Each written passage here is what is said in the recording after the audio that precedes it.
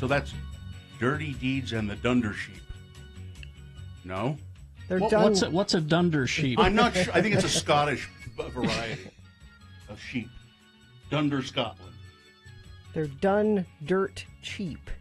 The sheep? Well, when that song was written, They're more expensive now? I'm sure they're more expensive. Prices have gone up Yes. because... Because Because on this day. Yeah. All right, okay. In 1946, Ronald Belford Scott was born. on Not in Australia. He was born in Scotland, where the Dunder Sheep are. and he moved to Australia when he was a wee lad. And he used to say he was from Bonnie, Scotland, and that was his nickname. And that's where Bond came Yeah. from? I don't think he really would like to be known as a wee lad, because wee lads are No, what? a wee lad. He died way too young because kids just drink a little. You don't have to drink all the booze all the time. Well, in one night. In one night, you don't have to have all of the booze. It kills some people. Bill's managed to survive to this point. However, it kills some people. died in a car. Oh, in a car. Well, I mean, Not a wreck. Not He a was wreck? No. But he was in the car. yeah, he died of the alcohol too much. It's a good. Are we? And now, ladies and gentlemen, it's Farting Around with Radio from Hell on X96. I have my fan here. It's my Oh My Stars fan. Let's see, do you have the vapors? Is Well, I that need the- no. It's going to be a scorcher again today. And I need Did you borrow that from Lindsey Graham? Because I have my sweet tea. And I forget. Somebody gave this to me a couple of years ago. It's just been in my bag. it's nice, isn't it? It actually, it's actually, if you go to x96.com/live, I think you can see me fanning myself. It's hot down in my décolletage. Now you can't see Carrie there at x96.com/live. We're working on it. What happened? That the camera isn't. I thought working. Carrie was You know- invisible. It was so important that we be back here live in the studio that they made sure everything was working. So You know where you could see Carrie when he was home in his basement. you could it always.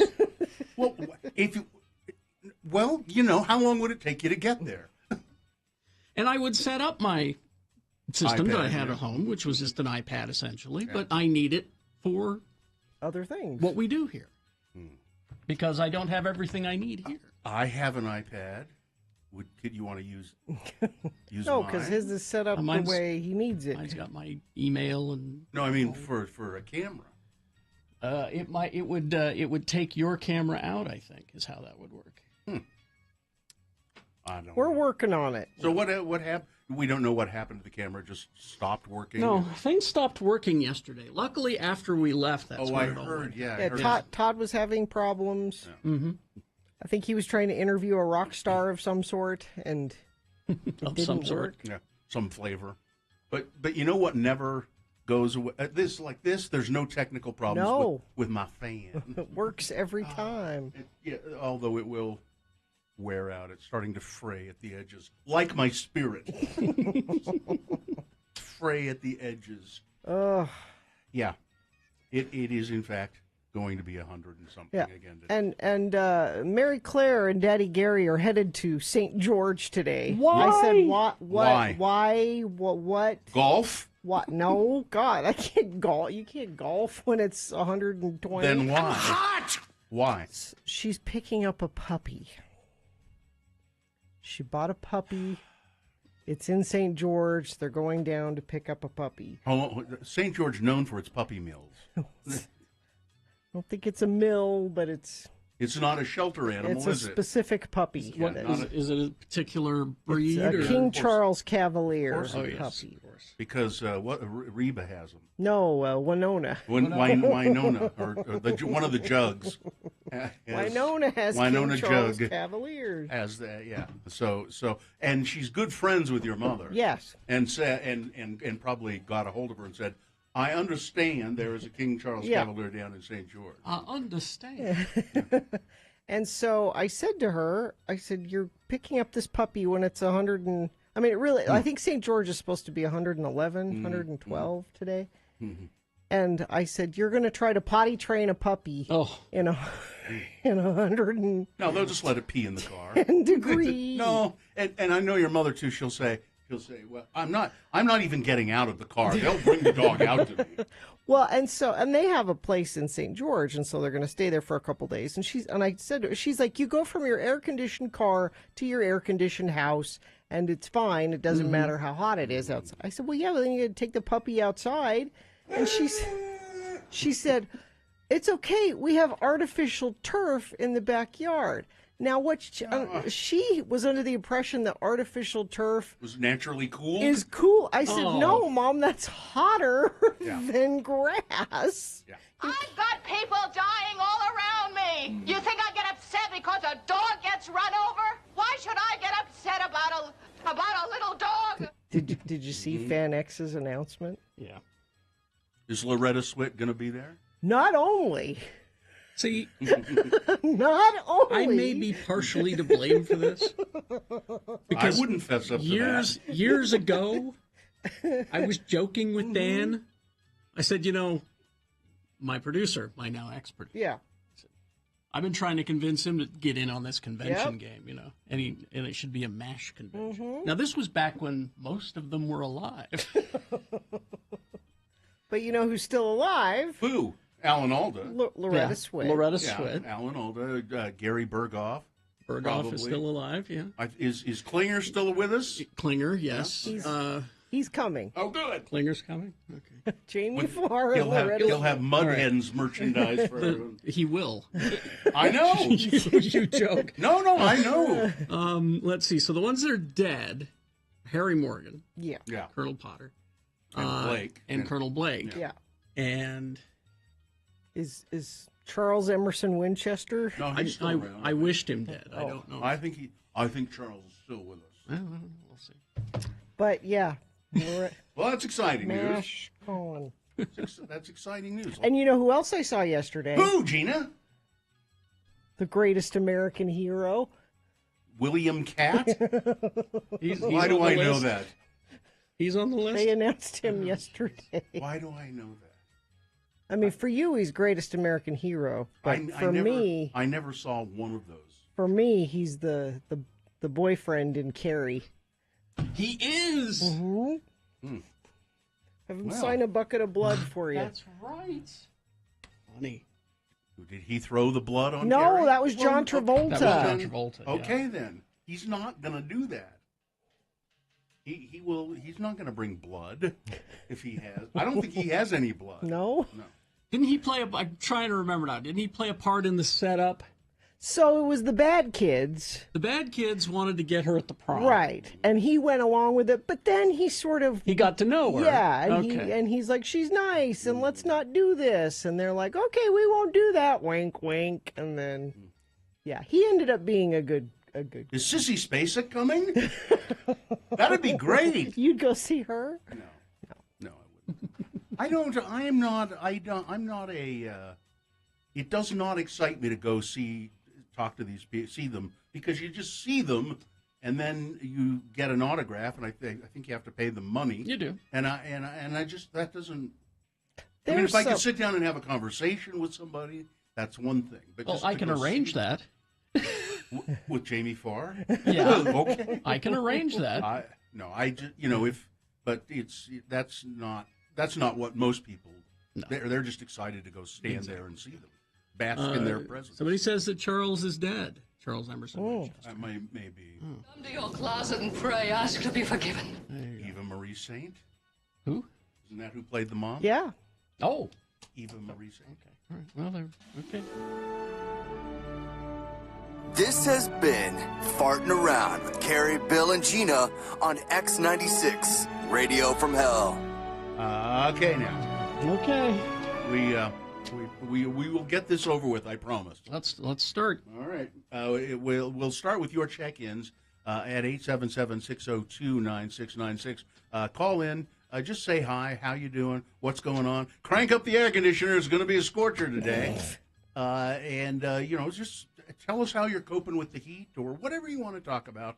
Just a quick check-in at 877-6029-696, and we'll try to give one of you a Radio from Hell tote bag. Or something. Yeah.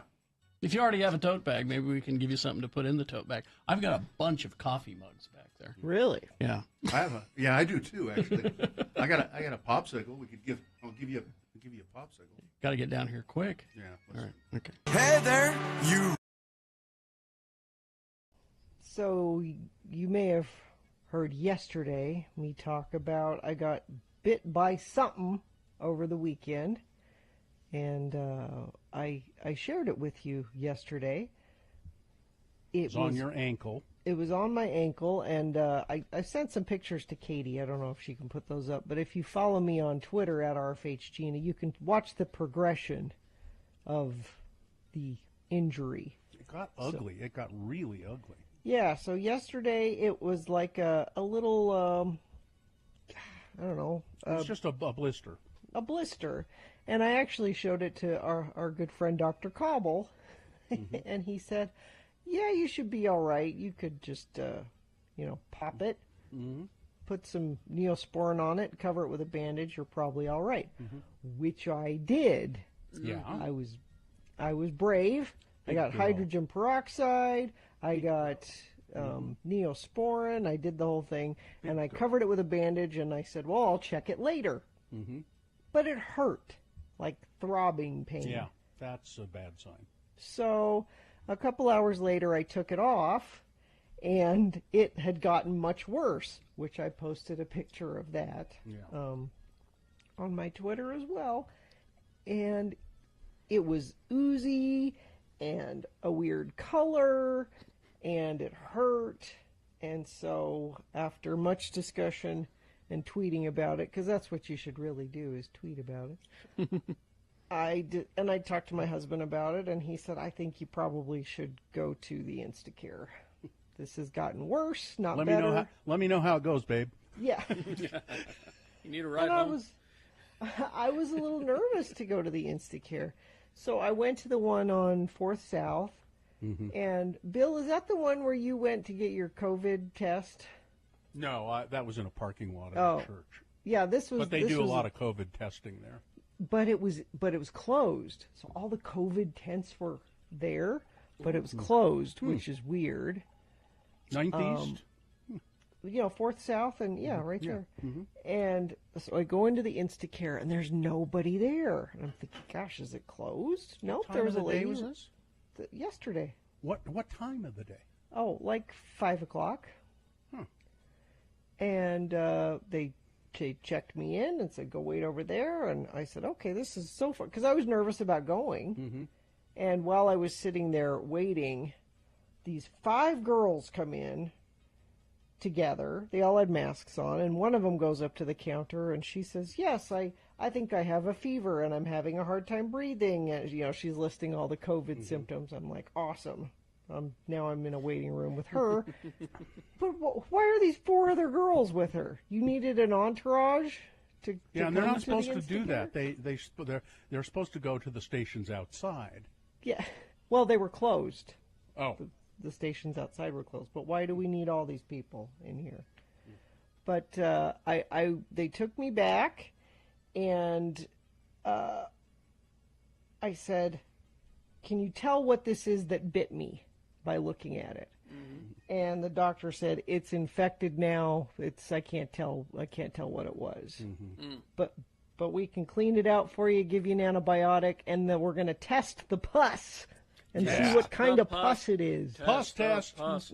Pus test. Pus. Pus test. And he said, in order to clean it up, we're going to de-roof it, which is exactly what it sounds like. They cut the top off of it and let it ooze out. And then they gave me a bunch of stuff at home where I am supposed to change the bandages and clean it up. And I don't have to de-roof it. That's already been done. Well, they say you're going to be okay. With exactly what, it could be a staph infection. It could be MRSA. It could be who knows what. Will they be able to tell you what bit you? Do you think? Nope. And that's No. the frustrating thing. Damn. He says And I- it's- Yeah, that's the big question. I'm looking here. It says de-roof. The definition of de-roof is to remove the top from a building. So I. that's how No. big the pustule got. It was the size of Yeah. a building. No, it also means to remove tissue from a wound. It Yeah. did look big, and it did look ooey It was gooey. so gross. It was dripping at one Yes. point. I thought I Yeah. saw. Yep. Oh, here's the question: if taking the antibiotic you have, Are you saying you there's ask? a chance I can't have wine? yeah, there's a Of chance course, that yeah. because sometimes they say with some medications. Oh man. That's just those doctors that don't want you to drink. Yeah. I mean, I didn't last night. Well, because I'm taking so much. It's 3 of these antibiotics 3 times a day, and I'm thinking maybe on alcohol that won't taste so I hot. think you better check. Yeah. See, now I don't get what de-roof, but when they say they're going to debride a wound, it's the same thing. Remove unhealthy tissue from a wound. I don't know. says, I was de-roofed. That's all Ask- I know. Ask your doctor or construction worker. Would you be debrided or de-roofed? All right.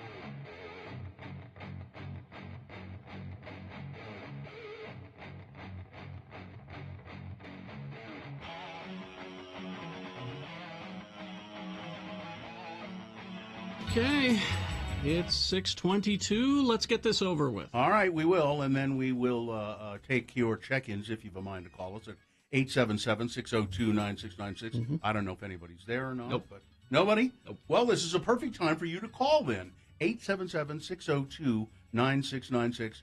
Call one random caller. We'll give you a tote bag, a Radio from Hell tote bag. But let's officially start the old show. Okay. Young Automotive Group has a huge selection of new vehicle brands and over 1,000 pre-owned vehicles. You'll find the vehicle you want at a price you can afford. Visit any Young Automotive dealership or browse online at youngautomotive.com. The moon is just about gone. Only 0.3% of full. So it's essentially a new moon. The next moon set will be today at 9:14 p.m. Today being Friday. It's the 9th day of July in the year of our Lord Jesus Christ, 2021. This is day 4 of our studio broadcast right here in downtown Salt Lake. And you're listening to the only morning show in the entire country that can and will give you swimmer's itch. We're the Radio from Hell show, starring the lords of morning radio, experts in swimmer's itch, all of us. Kerry Jackson right over there. Hi, I'm Bill Allred. Right there, the lovely, the talented Gina Barberi. Then we have in the producer's booth, the most talented radio producer in the country, Katie for short. And also we have Miriam and Skip too. I see Skip. Yeah, I saw Miriam. Miriam's we're over all there, yeah. here.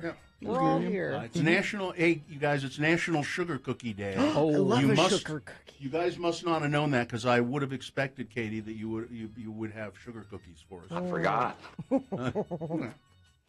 And yeah, so it's. Do you like those big pink cookies? Do you like those? Yeah, but I like just a straight ahead sugar cookie. A non-iced. Yeah, sugar just cookie? a. I can't remember.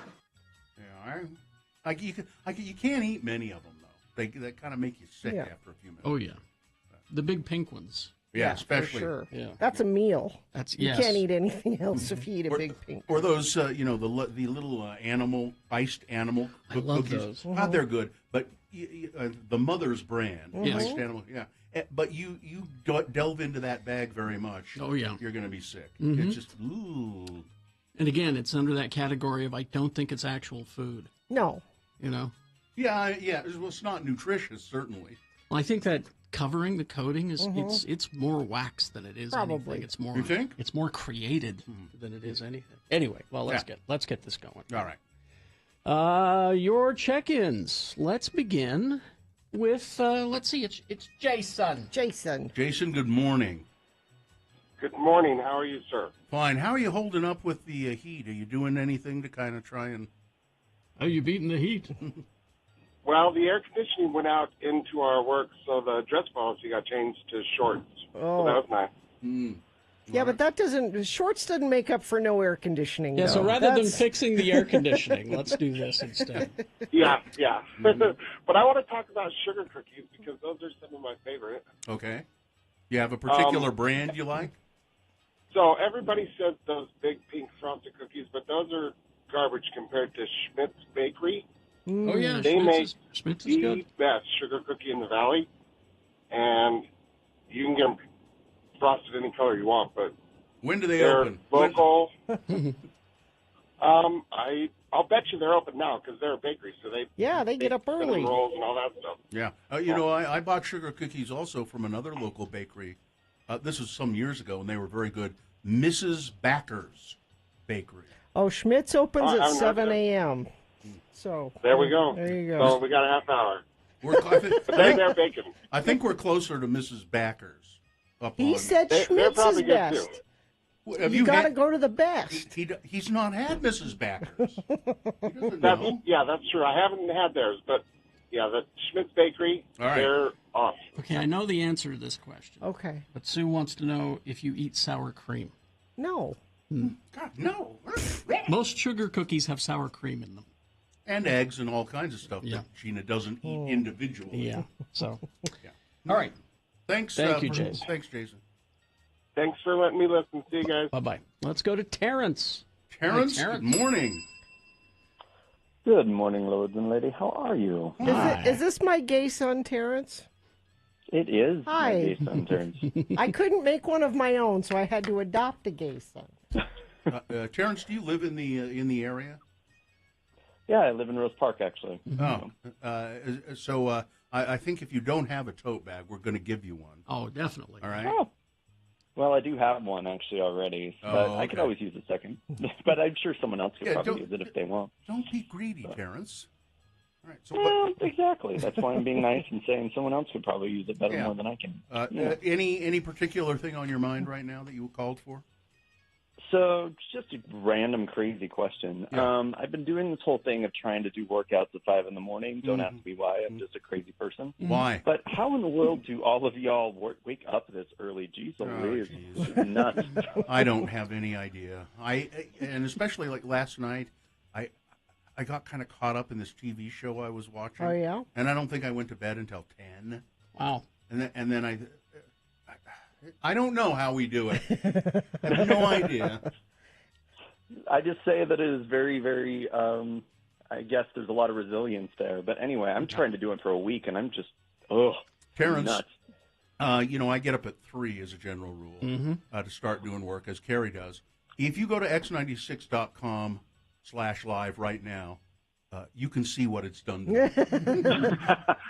Bill's 27 years old, but you never know it looking at him. Gotcha. Just go get a All look right, at well, I that guess I have mug. something to look forward to then. All right, Thanks, Terrence. Terrence. Bye, Terrence. Good Good luck. to see y'all. All right, bye-bye. Let's see. Traffic, Gina, please. Okay, let me refresh my UDOT website so I can give you the most up-to-date information, and that includes a crash eastbound 47 South, 16th West in Taylorsville. It is off to the right shoulder. And a crash westbound US 189 SR92. This is in Utah County. That is also on the right shoulder. And what are you seeing out there? You can text us 33986 and let us know. Just make sure it's safe for you to do that. All right. Thank you very much. We will take a break. We will be back with full strength Big Boy News and Opinioendo after these. All right, so we're downtown now. We're Broadway Media. Yeah. Because our building is on Broadway. Yeah. Third South. Third South. Now, the mayor has taken an awful lot of time and money to build very special bicycle lanes. Yes. Here on Third. Dedicated. They're very nice. Dedicated. So I'm walking down Broadway yesterday, and here comes a bike rider toward me on the sidewalk. Jerk. On the sidewalk. He's on the sidewalk, riding his bike down the sidewalk, coming towards me. Wienermobile! Sorry. For some reason, the Wienermobile's outside. I'm sorry. I knew she'd do that. I ignored it. You ignored the Wienermobile? I did. You know, you can acknowledge in your head the Wienermobile when someone's in the middle of telling a story. I'm sorry. You know. It's on Third South, Broadway, where your story takes place. So the bike's coming toward you. Bike's coming toward me on the sidewalk. Tell the story to me and shut up, Mike. Yeah. And so and this is exactly how I did it. I wasn't a jerk about it. I wasn't, hey! I never did that. Mm-hmm. I went like this. Bike lane. You could use the bike lane. Said it exactly like that. Mm-hmm. And as the guy zipped past me, he yells, F off. Hug off. I mean, why? I would think you would prefer to use the bike lane. Sure. Why would it be more attractive to drive down the sidewalk than What sort the of bike lane?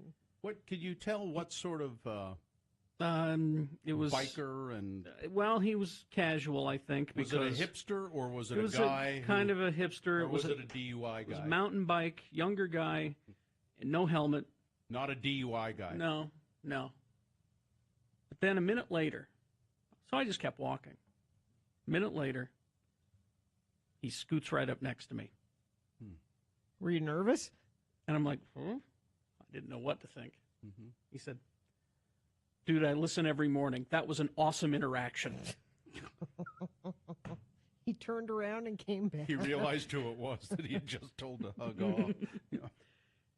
And I went, okay.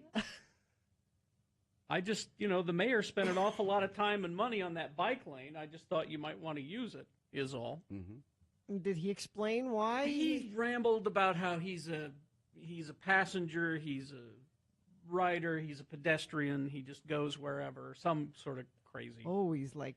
It didn't make any sense, and I just kept walking. So. But he turned around and Came back.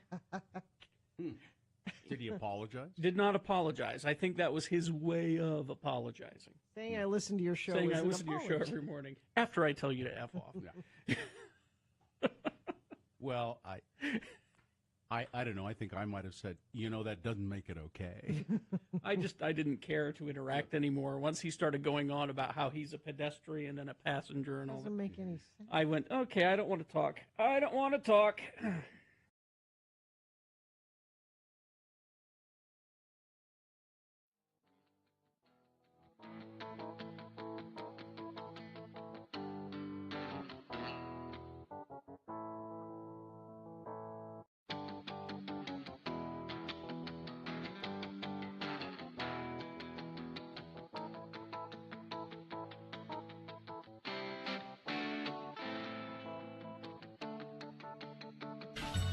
Okay, it is 6:34, and full strength Big Boy News and Opinioendo. It's kind of intimidating, Yeah. I had a false alarm, by the way. What? Well, I was having one of those, did I put deodorant on this morning moments? Oh, you really? Because it's hot in this studio, and I was and I was sweating, and I thought, uh-oh.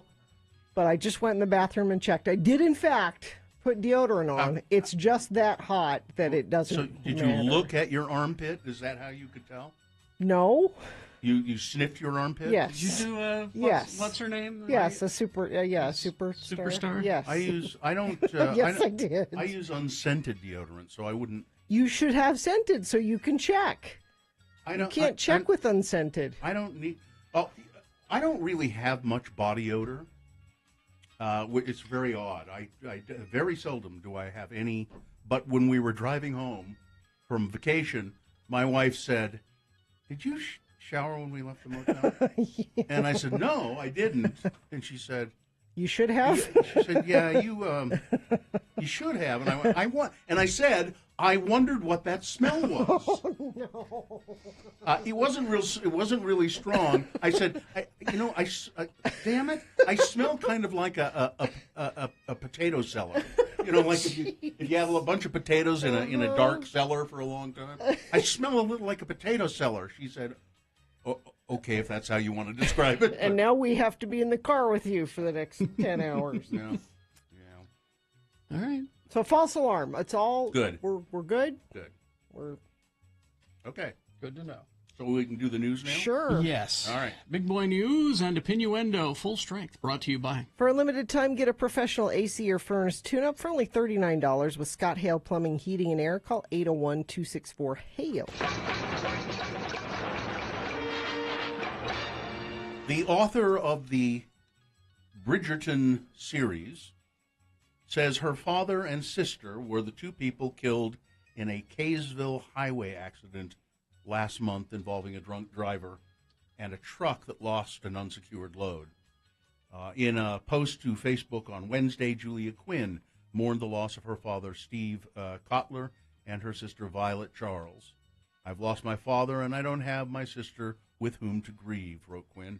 On June 29th, a multi-vehicle accident on I-15 began when some canvas bags fell from a catering company truck, causing vehicles behind to stop or slow down. Yeah. Soon after that, a truck driven by Myron Millsap Barlow slammed into the cars ahead, including the Prius in which Coulter and Charles were in. I remember that, yeah. Barlow was charged with multiple counts of DUI and automobile homicide after registering a blood alcohol level of almost 3 times the legal limit. Kotler, was also a writer, having created the popular Cheesy Mac book series aimed at middle school readers. Charles, whose service dog Michelle was also killed in the accident, was a cartoonist who Ms. Quinn wrote had just completed a graphic novel that was to be dedicated to their father. Now, I'm not really familiar with the Bridgerton. Oh, I've heard the name, but what? Well, what it's is a it? Netflix series now, but it was a series of books before that. And I don't think I'd be admitting this if I were Tiffany Haddish. She says that her first orgasm came as a result of she credits Nicolas Cage with What? Huh? Nick Cage. She credits him with her giving her. So she watched him terrorize John Travolta in the movie Face Off. Yeah. It was my first. She said that it was so exciting. It gave me. Really? Yeah. The cheek. Exactly. The That's cheeky exactly how I feel comedian. about that. Who stars opposite Nick Cage now in a forthcoming feature flick called The Unbearable Weight of Massive Talent. Yes. Said that she felt compelled to tell Mr. Cage about her euphoric experience while on the set. Initially hesitant to share the sultry story with Nicolas Cage during filming, the actress said she struggled to reveal her explosive truth. It was a debate, she said, of her inner conflict about sharing the anecdote. Should I tell Nick Cage this? This is inappropriate. I don't want him to hit me with a sexual harassment claim, but I've got to tell him. Oh, I don't think Nicolas Cage is going to hit you with a sexual harassment. Nah, no, I don't think so either. I'm kind of curious, though, or how watching this. It was exciting for her and that somehow triggered. I don't get it. But... I just hope that this doesn't affect our friendship. She has a really good imagination, I guess. Let's see, the Delta variant of the coronavirus. Pfizer, the drug company who developed pretty much the first vaccines, and along then Moderna also. But Pfizer says they're looking at booster shots. So if you have a couple of Pfizer, you have the 2 Pfizer vaccines, they're going to come up with a booster shot that you should get. Now that's however, the FDA said, well, we don't think that's necessary. Yeah. Slow down. I don't know. I kind of am on Pfizer's side with this. If they're the ones working with the vaccines in the lab. I'll take one. They're working. I'm sure they have the Delta variant in little petri dishes and stuff. Because I did Pfizer. Did you get Pfizer? Yeah. I'm a Pfizer. We're all a Pfizer in this house? Okay. So I don't know. I kind of would trust Pfizer with this.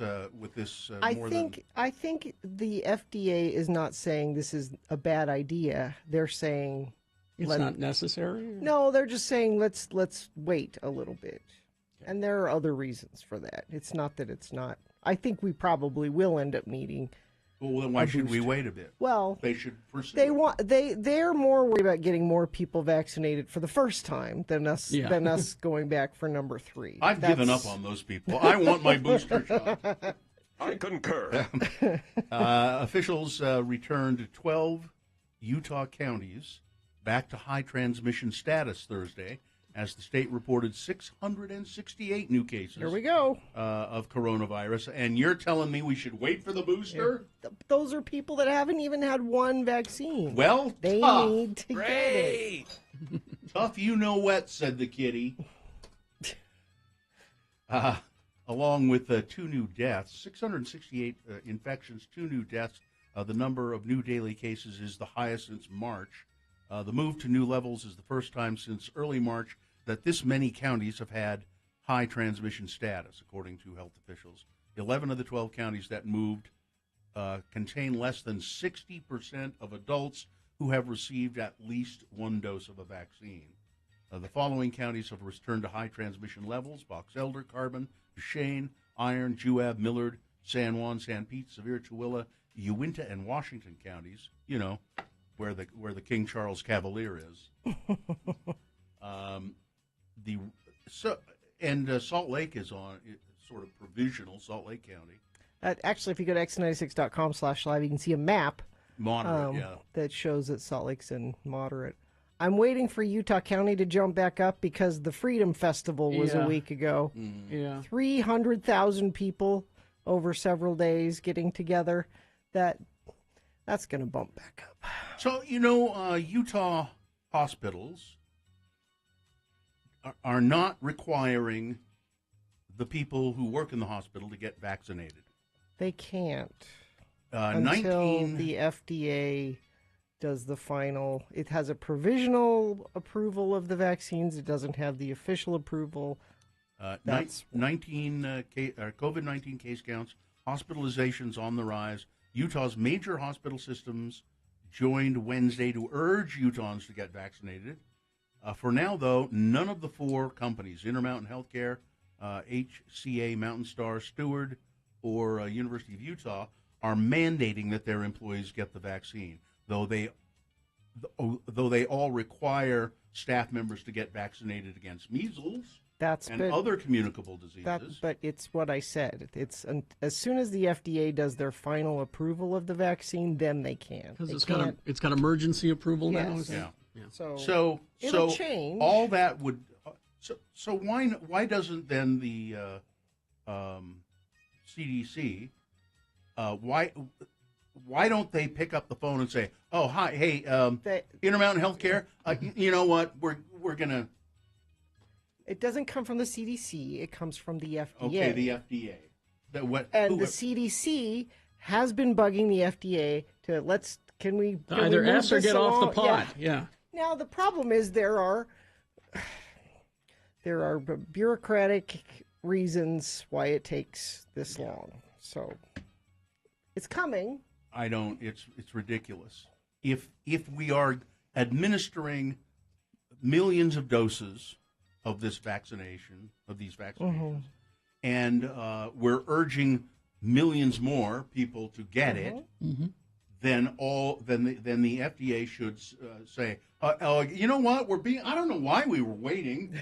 Come on, I mean, they're not waiting. They're doing stuff. They're not just sitting there going, we have to wait 3 months before. They're like dogs worrying an old bone, you know. But employers, private employers can say to their employees, you can't come to work unless you're vaccinated. Did you hear about the Canadian hockey player? I don't have the story here. He was drafted pretty high in the hockey draft, and the team that drafted him said, "Great, we're requiring everybody to get vaccinated." And he said, "Well, I don't want to." And they said, "Well, then see ya." Well, and and I think there are going to be more of that. There are NFL teams that are requiring players to be vaccinated. I think you'll see more and more. Yeah, if you want to play with us, if you want to work here, if you want to, you need to be vaccinated. And I don't know what our policy is here. We don't have one. Well, we should, and it should be everybody needs to be vaccinated. I brought it up. Mike Lee, I know why this is happening, because Senator Mike Lee tweeted this out yesterday. The far left will stop at nothing to undercut our Constitution. We see it every single day on the news and in our communities. They're trying to silence conservative voices. They're working around the clock to indoctrinate our children with state-sanctioned racist teaching, and that's just the tip. Somebody put a gag on him at that point and stopped him from talking. Conservative voices are being... silenced. Where did we hear this from Mike Lee? On Twitter. On his Twitter. How did he do that? And I'd like to address that just quickly. Conservative voices are being silenced. I got news for you. Ultra-liberal voices are getting kicked off Twitter, too. All right? It's terms of service. It's... You agreed when you signed up for it that you would behave in a certain way. And I got kicked off Twitter, but that was just for my comments about alcohol. It just they make it again. It's this fake outrage. It's this performative art that they do now. Yep. It's not just conservative voices. It's other people too. Sure. They're getting kicked off Twitter. You know, 65% of Americans believe in aliens. Yeah. 65%. 65%. Yeah. The majority of Americans believe that there are aliens, and we really do think that they will come in peace when they arrive. Now that I don't. That's according to a Pew Research study. About 65% of people said that there is intelligent life on other planets, and we will have contact with them at some point. And I don't really think it will be peaceful, because I think when we have contact with the aliens, they'll quickly see what we are and how we handle things and go, we don't want to have anything to do with it. Or we'll send a Mike Lee type to go and meet them, and then we're in trouble. And finally, this last story here, Gina, you'll find this fascinating. Okay.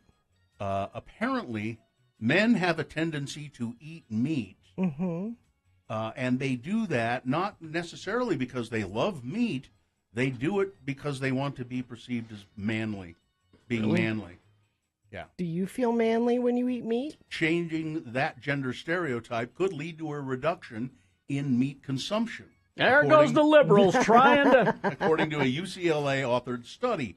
The two scientists or sociologists who studied that surveyed 1,700 American adults aged 18 to 88 regarding their meat-eating habits, willingness to turn vegan or vegetarian, and their tendency to conform to traditional gender roles. And it's probably, I think this is probably quite accurate. One of the reasons given, say, well, why don't you eat, become a vegetarian or become vegan? And men will say, because I associate that with, liberals and LGBT people, and I have to be manly. I have to eat meat. It's. Do I have to be manly? Is that why? Why do I eat meat? Gina, explain that. I've I often even thought, chewed on the gristle until all the meat was gone. I've often thought that you're at least 1/4 maybe. At least 1/4, maybe more. They don't call you G-balls for nothing. Right? All right, that's it. Now, what does it mean to be manly? What does that even mean? What is their definition? Beat people up. Oh, good. Okay. Thanks. Well, I think it's pretty clear, Carrie, that you would have no idea. I used to, and I don't like that person. That's why I left him behind. Sports weather traffic. Okay, well, it's very exciting. The International Spelling Bee. Mm-hmm. Oh, I saw this. Yeah. It's and she's a badass, by the way. Her name's, I think it's Zyla. I'd have to look. Zyla Avant-Garde is her real name, which is cool. She wins the 93rd Scripps National Spelling Bee with the correct spelling of Mariah. Like the name? No, it's a kind of tree, I guess. And it's Murraya. But I've seen a bunch of stuff with her on Twitter this morning. She's like an amazing basketball player. She's got some kind of world record for dribbling the most basketballs. She dribbled 6 basketballs at the same time for 30 seconds. Yeah. She's a badass. Don't know how you do that. So that's why this is a sport, spelling bee, and she's an amazing basketball. The spelling bee always used to, I don't know if it still is, but that was a staple on ESPN. Yeah. Mm-hmm. So there's that. Bill, a good news. The Bees beat the dreaded River Cats last night, 10-9. Beat up on them, yeah. They have game 2 of this homestand is tonight at 6:30. And remember, it's Thirsty Friday. No. What? I mean, it's Firsty Friday. I mean, you can get beer there. Yeah. Hi, Firsty. Let's see. Yeah, and then you will be firsty because the record-breaking heat wave is not going anywhere. All of the 7-day predictions were right around 100, if not more, for the next. My poor tomato plants. Well, crank up the air conditioning. It's a scorcher. It's just there's no relief in sight, I'm afraid. Can we go out and see if we can fry an egg on the sidewalk? That would be a radio thing to do. Yeah. Let's leave that for the TV stunt boys. The TV news stunt boys. Let them do that. Yeah, let's see, even right now, it's 80 degrees right now. In the studio. Yeah. It's really warm in here. It is warm in here, and if this continues, we're leaving early. It's not even 7 o'clock yet. Yesterday, Riley, my dog, I haven't shaved her ever, but yesterday I thought about it because she would not get up off the floor all day. She was just a lump of. The cats are like that too. They're just looks so hot. They just like.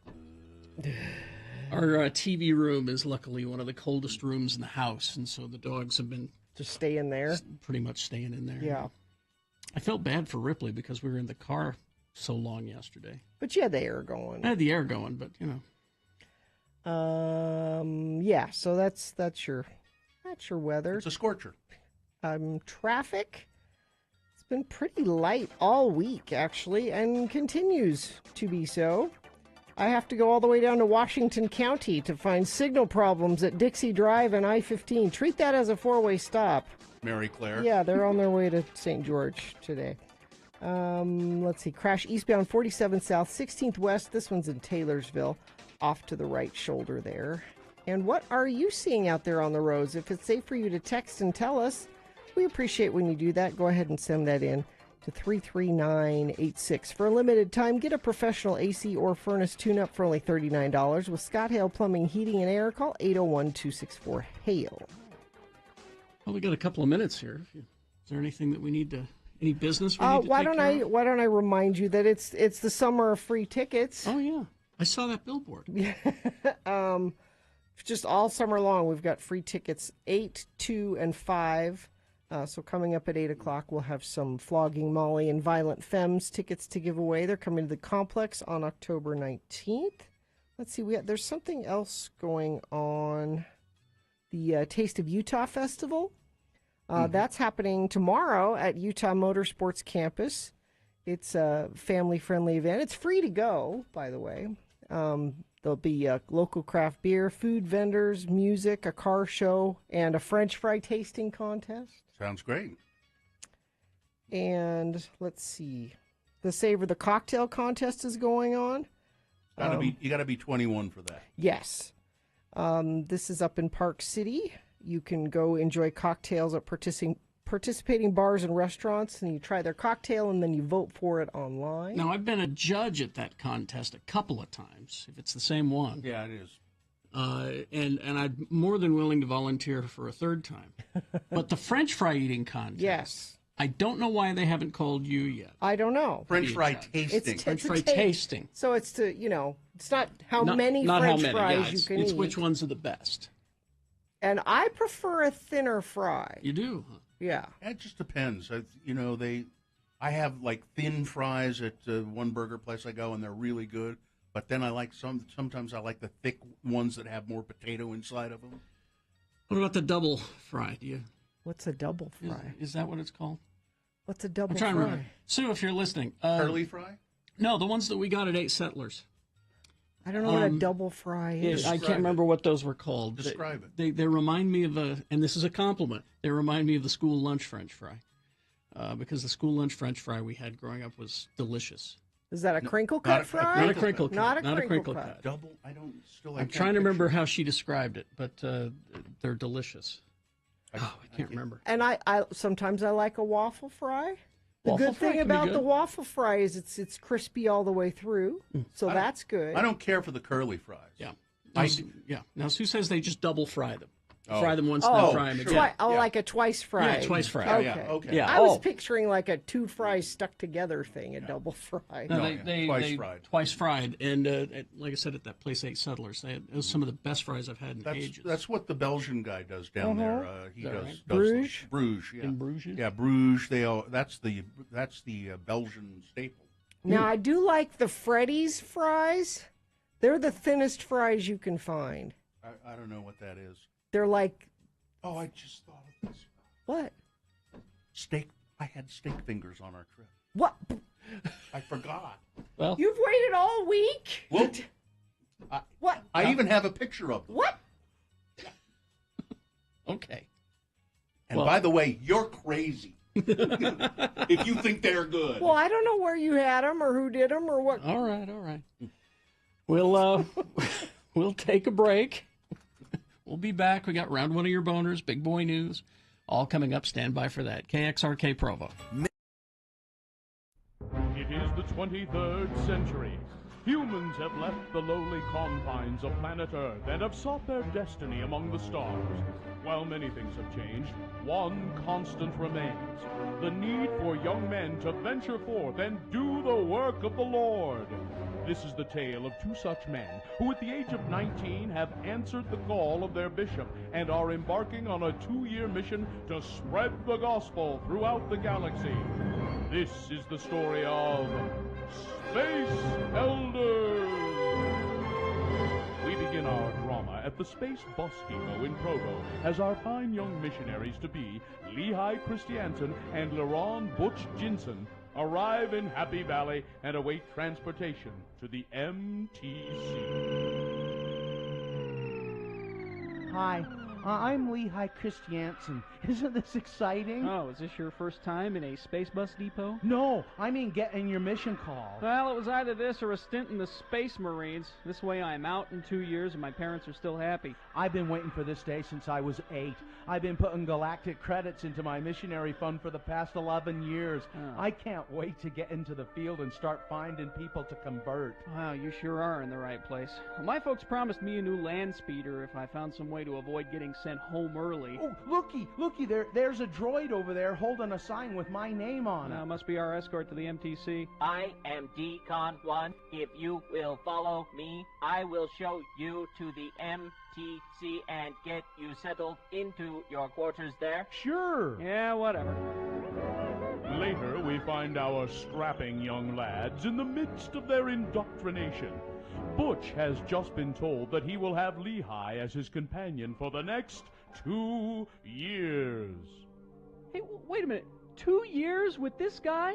You don't seem overly enthusiastic about the prospect of spending 2 years with me. I'm not. Well, I think it's a keen idea. If you two are through, I would like to commence with your indoctrination. Here at the MTC, you will be given memory-enhancing implants. At the same time, a universal translating device will be placed inside your skull. You'll be outfitted with the latest in missionary technology, a laptop computer which contains the Bible, Book of Mormon, Pearl of Great Price, and the Doctrine and Covenants. It also serves as a holo projector to allow you to show your prospective converts those wonderful animated tales from the Book of Mormon, which have been loved by millions for centuries. You will also be issued a Mark 32 10-speed bicycle with hyperdrive and one of those cute luggage racks on the back. These bikes are capable of warp 9.3 and have a cruising radius of over 270 parsecs. You will be shown how to properly care for your hyperbike, and you will be responsible for its upkeep.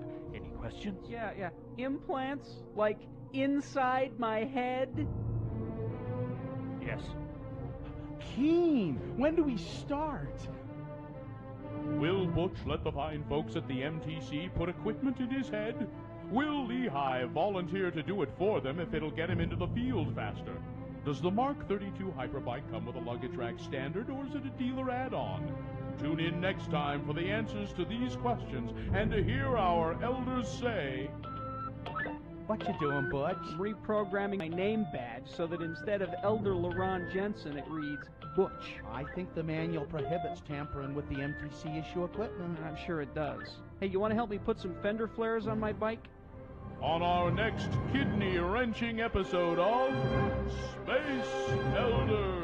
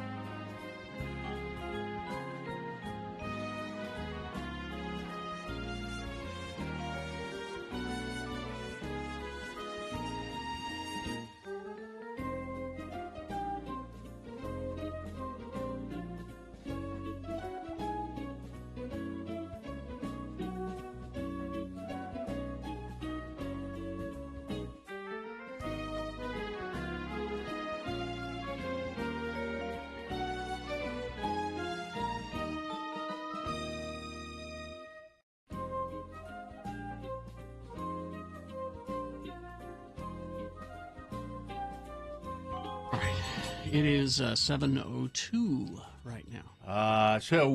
Now we had planned to do a list here, and maybe, I don't know, did you get the picture, Katie? No. Now, we'll save the steak fries for later. Okay?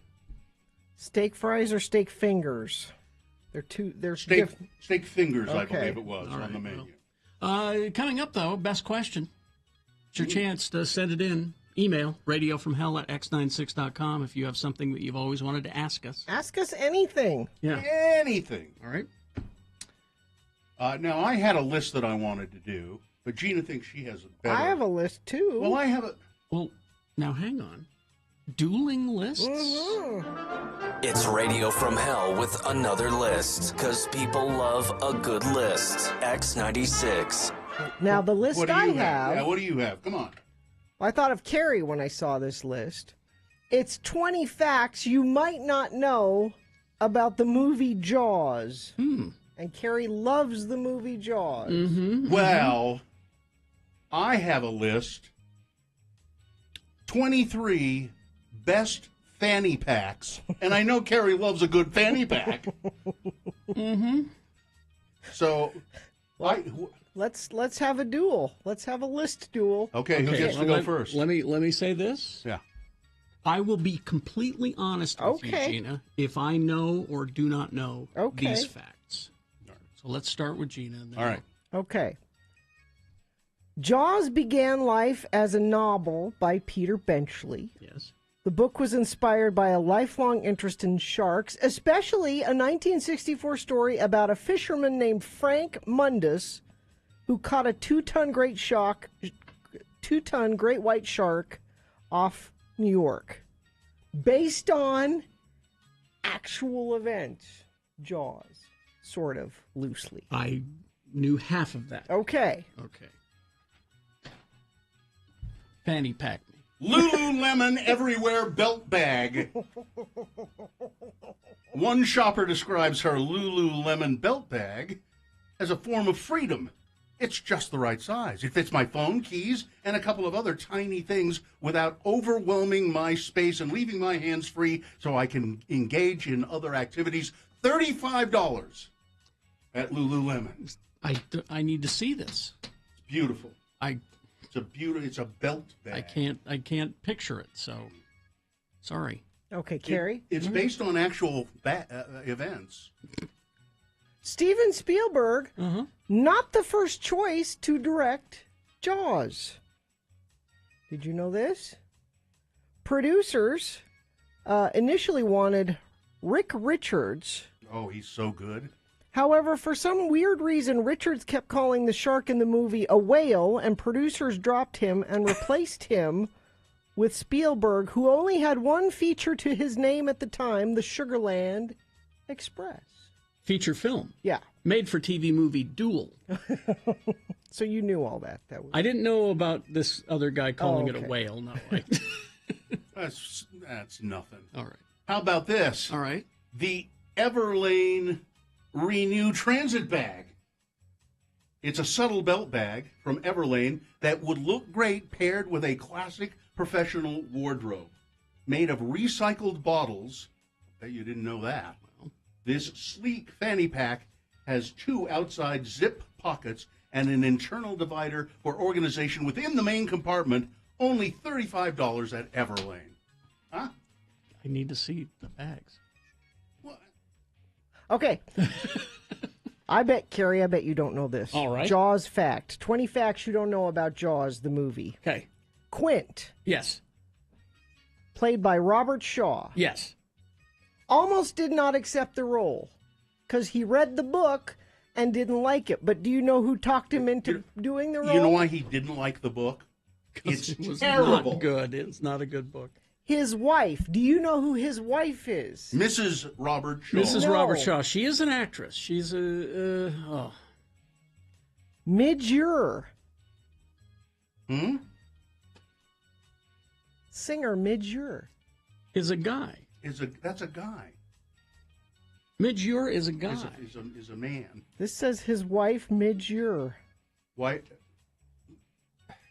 Okay, we'll look. Robert Shaw was not married to a man. Yeah. You don't know? Now I have to look that up. Okay. Yeah, now look that up. I suspect of your list now. I'm sorry. Well, I have doubts about your list. Let me see. And I'm not going any further. Why? Because her list is much better. Keep going with your list. Well, now we need to look up Midge Ure. I'm looking him up right here. James. Mary Ure. So it was. Who's an actress? They got it wrong in the list. They wrote Midge Ure. Yeah. Okay. That's weird. You better start bringing this list here. Let's see. Richard Dreyfuss. Yes. Was married to Midge Ure. George Lucas said you should hire Richard Dreyfuss. He was American Graffiti. Yeah, he was in. We were supposed to see way more of the shark. Yes, I knew that. But it didn't look very good. And they couldn't get it to work a lot. Yeah. And there are a couple of shots where it just looks bad. But now I know, Carrie, you know that the mechanical shark's nickname is Bruce. But why? Because at the time in the 70s, that was seen as kind of an effeminate name. Well, there's a specific Bruce he's named after. One of on the crew. No. Because you remember Johnny Carson's punchlines were always, and some guy named Bruce. Steven Spielberg's lawyer's name was Bruce. Oh, okay.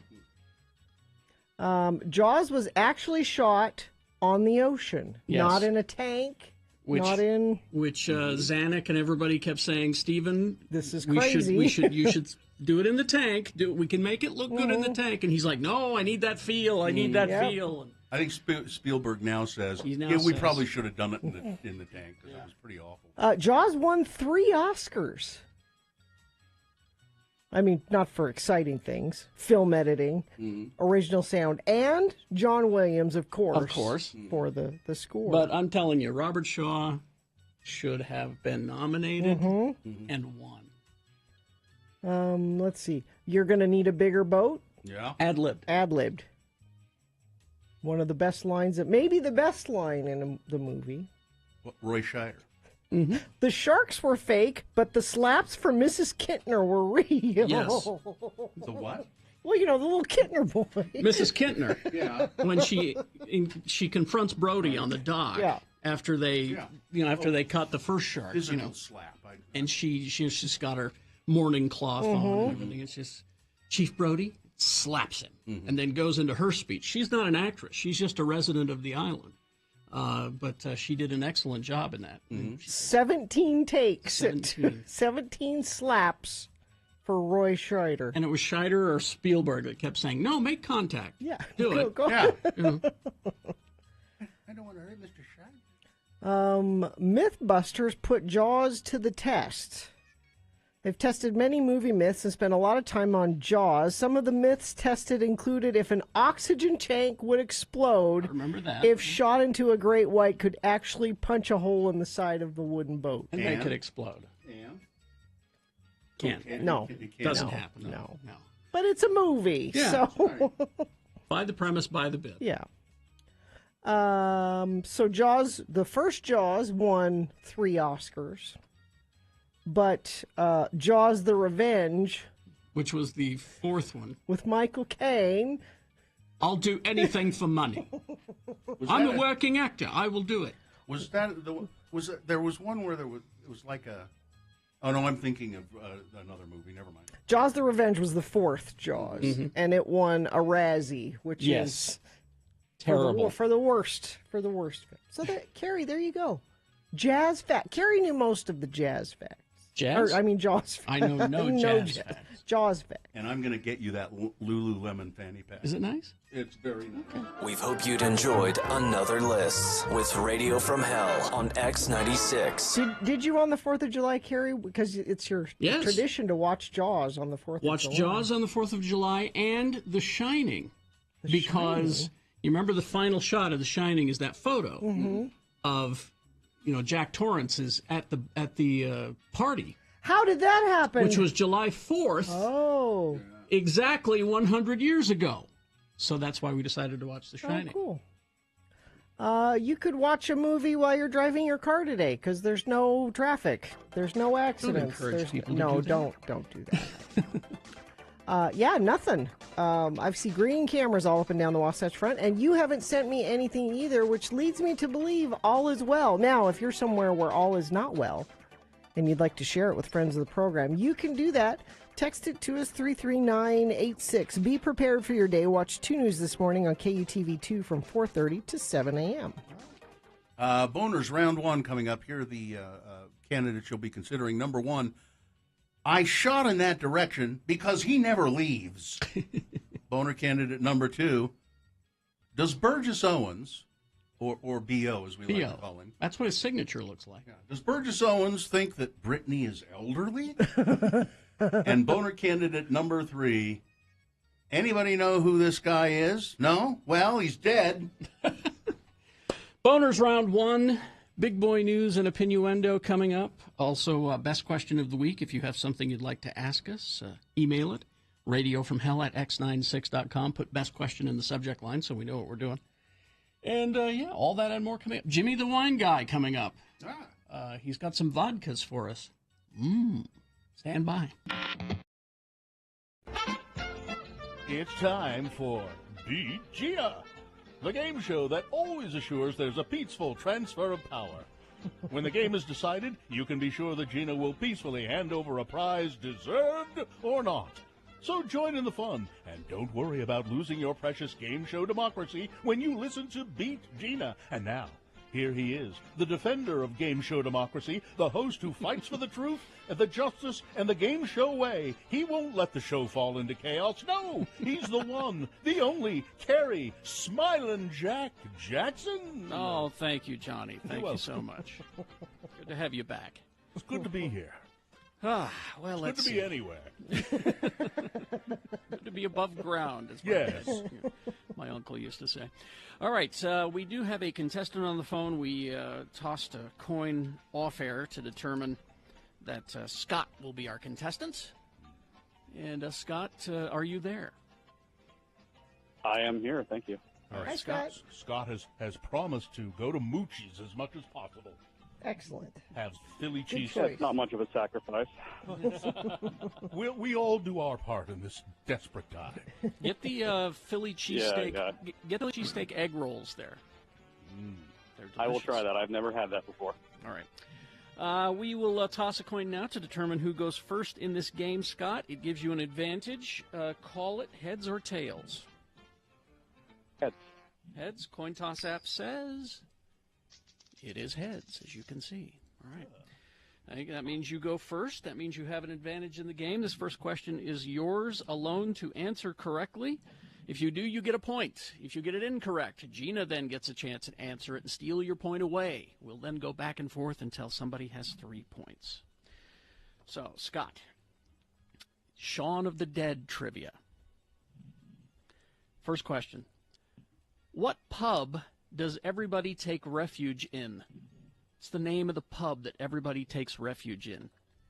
Is it A, the Winchester, B, the Dorchester, C, Squatters, or D, the Sun Trap? I'm going to go with A. That would be a good choice. Thank you. It's 1-0 for Scott. Now let's test Gina's knowledge of the wonderful comic zombie movie Shaun of the Dead. It's her turn to answer. Gina. Yes. Nick Frost plays a character named Ed in the movie. Yes. What is written on Ed's T-shirt through the length of the movie? Is it A, I'd rather be Russian than a Democrat, B, I am drunk, C, I got wood, or D, the word boner with like 2 robots on it? B. I am drunk? Yes. That is incorrect. Really? Scott. Chance to steal. Scott, what's the answer? C.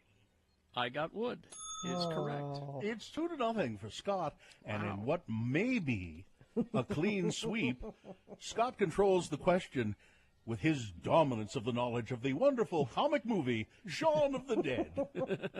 It's better to be lucky than good. All right. Scott, what crazy thing does Big Al believe? What crazy thing does Big Al believe? A, that there's a secret basement under Comet Pizza. B, dogs cannot look up. C, cats can secretly talk. Or D, COVID-19 is a hoax. I'm going to go with B. I'm not sure about this one. B, dogs cannot look up.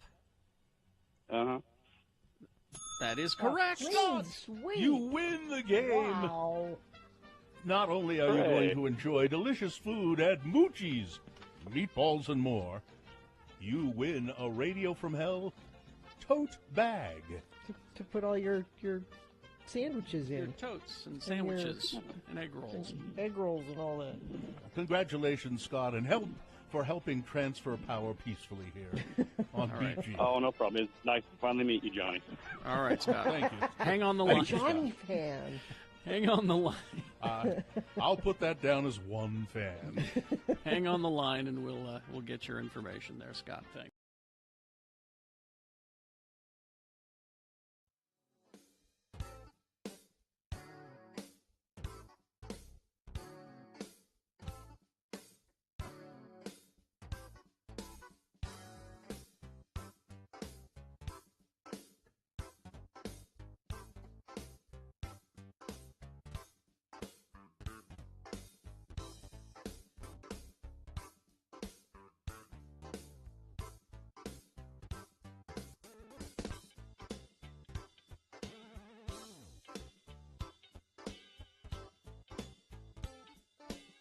Okay, it's 7:19 right now. Oh, there I am. Carrie's at x96.com/live. Hi there. Hi everyone. Hi, Carrie. Yes, it is now time for Boners Round 1. Here we go. 3 news stories. These are examples of bad, stupid, or funny human behavior, and you will decide with your vote. Of these 3 candidates, which one is the worst? Which one deserves to go forward to Boner Fight and possibly become Boner of the Day? Possibly, because if it wins here, it's not Boner of the Day yet, because we'll do this again at 8:20 with 3 more candidates. Get another winner there. We'll take both winners. Send them to Boner Dome at 9:20 this morning, and that is when you'll vote for Boner of the Day. Now, after that, Dave the Flower Guy comes in, and he just, he doesn't want anyone to vote. He's just going to decide for you. He's a dictator. Well, no, we gave him that power. We ceded the power to him. And that's maybe we'll regret that someday. I don't think so. I don't think so.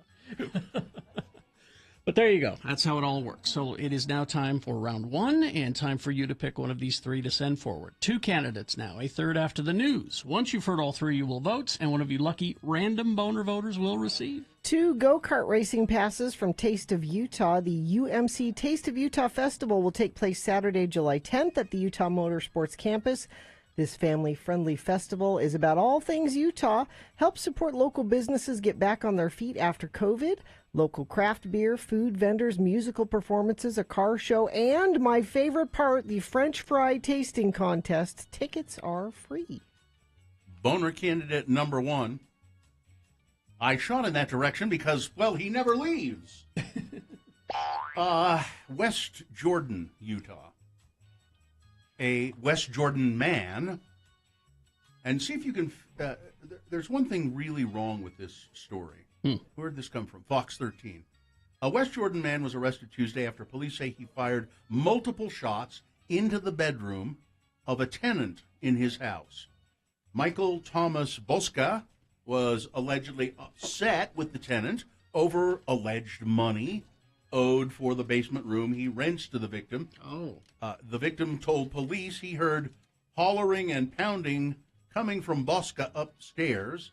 The probable cause report states because he believed the hollering was aimed at him over past disputes of money. The victim said, I decided to leave. I decided to go outside. He's yelled at me about money before. Well, when the victim's roommate arrived home, the 2 discussed what had happened before heading back inside. According to the report, the victim thought his roommate had spoken with Bosca because the yelling had quieted down. But while sitting in his basement bedroom, the victim heard gunshots coming through the ceiling and saw drywall falling onto his bed. The victim ran outside to his car and called 911 before driving away after seeing Bosca in the garage. After being taken to the West Jordan Police Department, Mr. Bosca admitted to firing a 9mm Glock at the floor above the victim's bedroom. He told police, I figured he was in his bedroom because he never leaves. Bosca added that he shot 3 times toward the side of the bedroom because that's where he thought the victim might be sitting. Police said Bosca told them he was upset with the victim because he was trying to take away his home and his money. He wasn't paying me my rent. He was booked into the jail on charges of aggravated assault. So Boner candidate number 1, I shot in that direction because he never leaves. But what's wrong with that story? What vital piece of information is left out? We have no idea as to whether they call this guy the victim, but was he injured in this incident? Okay. They don't really say. Right. Okay. They don't really say. Here's Boner candidate number 2. Does Burgess Owens, or B.O. as we like to call him, think that Britney Spears is elderly?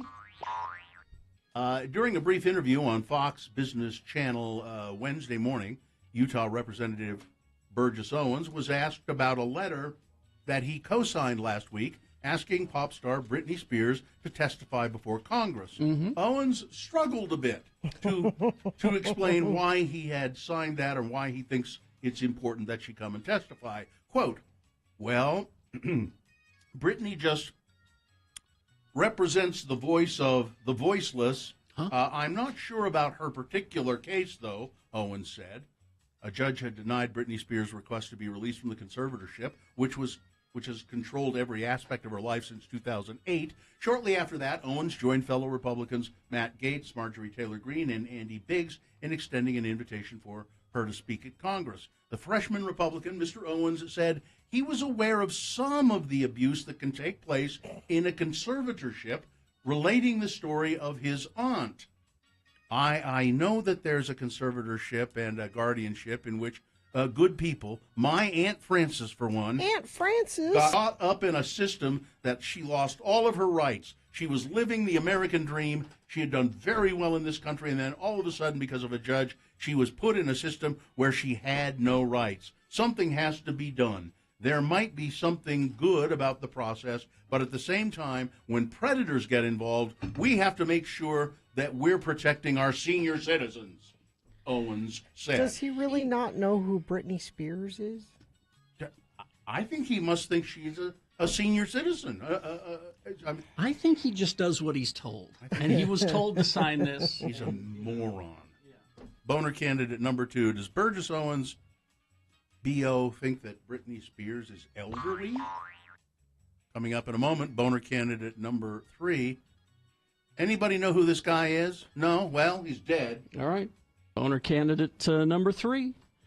Coming up after this, Big Boy News and Opinioendo, brought to you by... Are you searching for Pokemon? Locally owned Haster Games has the best selection of Pokemon, Dungeons & Dragons, Magic, and more. Shop online at HasterGames.com or visit the store. 6831 South State curbside service is available. A New Zealand mother has named her kids Metallica, Slayer, and Pantera. Yeah! Sure. Now, okay, let's take them one at a time. All right. Metallica, you could call them Tally. You could call them, I'm just thinking of nicknames for... No. Slayer? No. Slay? Slay is easy, yeah. And Pantera? Panty. Panty. No, that's not good. No. Yeah, never mind. This is not a good idea. Metallica is about 12 years old. This is just stupid. Don't do that. One day, perhaps, Metallica, Slayer, and Pantera will arrange a play date with the baby that was evidently named Korn at a hospital. And my guess is none of her kids like this music at all. Let's see. And speaking of Britney Spears, as we were a second ago, her legal battles have been making headlines, of course, for well over a year. Yeah, this is Britney Watch. I wasn't sure whether you had it there. Having some other technical issues. It's Britney Watch, keeping you up to date with all your Britney Spears news. The conservator has now asked Britney Spears' estate, which is considerable, to front the cost of a 24-hour security team. But she didn't receive any sympathy from Britney Spears' team, as they are apparently used to taking the brunt of public criticism, it says here. So this isn't security for Britney. It's security for the woman who's one of the conservators. She says she's been getting death threats, and she wants $50,000 a month for a full-time bodyguard. Mm-hmm. Now, Britney's dad said, I've been getting death threats for years. And You can get by on a security detail of not $50,000, is what he said. We'll give you some money for security. You don't need $50,000 a month. I don't know. It's Britney Watch. Now, they didn't deny so Jamie Spears didn't deny the request completely, though. He said that the court should evaluate the cost of a reasonable amount of security. That's what he said. He said, Yeah. Whoa, Carrie. You guys have to go back in and turn your cameras back on. We Because do? for some reason, Okay. it ended. All right, let's see. So, yeah. But why don't you do that in the next commercial break? Yeah. You know. Okay. All right. We're back in studio. Did we tell you that? Yeah. Day 4. You know, where Day 4. everything. This meeting is no longer available. Make it available. Keep trying. We'll work on this a little bit later. Yeah. All right. Let's say the Delta variant, now the dominant COVID-19 strain in the United States. And it is stronger than the original COVID-19. The CDC estimated that 51.7% of new cases for the 2-week period ending July 3rd were linked to the Delta strain, while 28.7% of new cases were linked to the original, the Alpha strain, which has been dominant in the U.S. since spring. Yeah. So Spencer Cox argues that COVID-19 restrictions won't work going forward.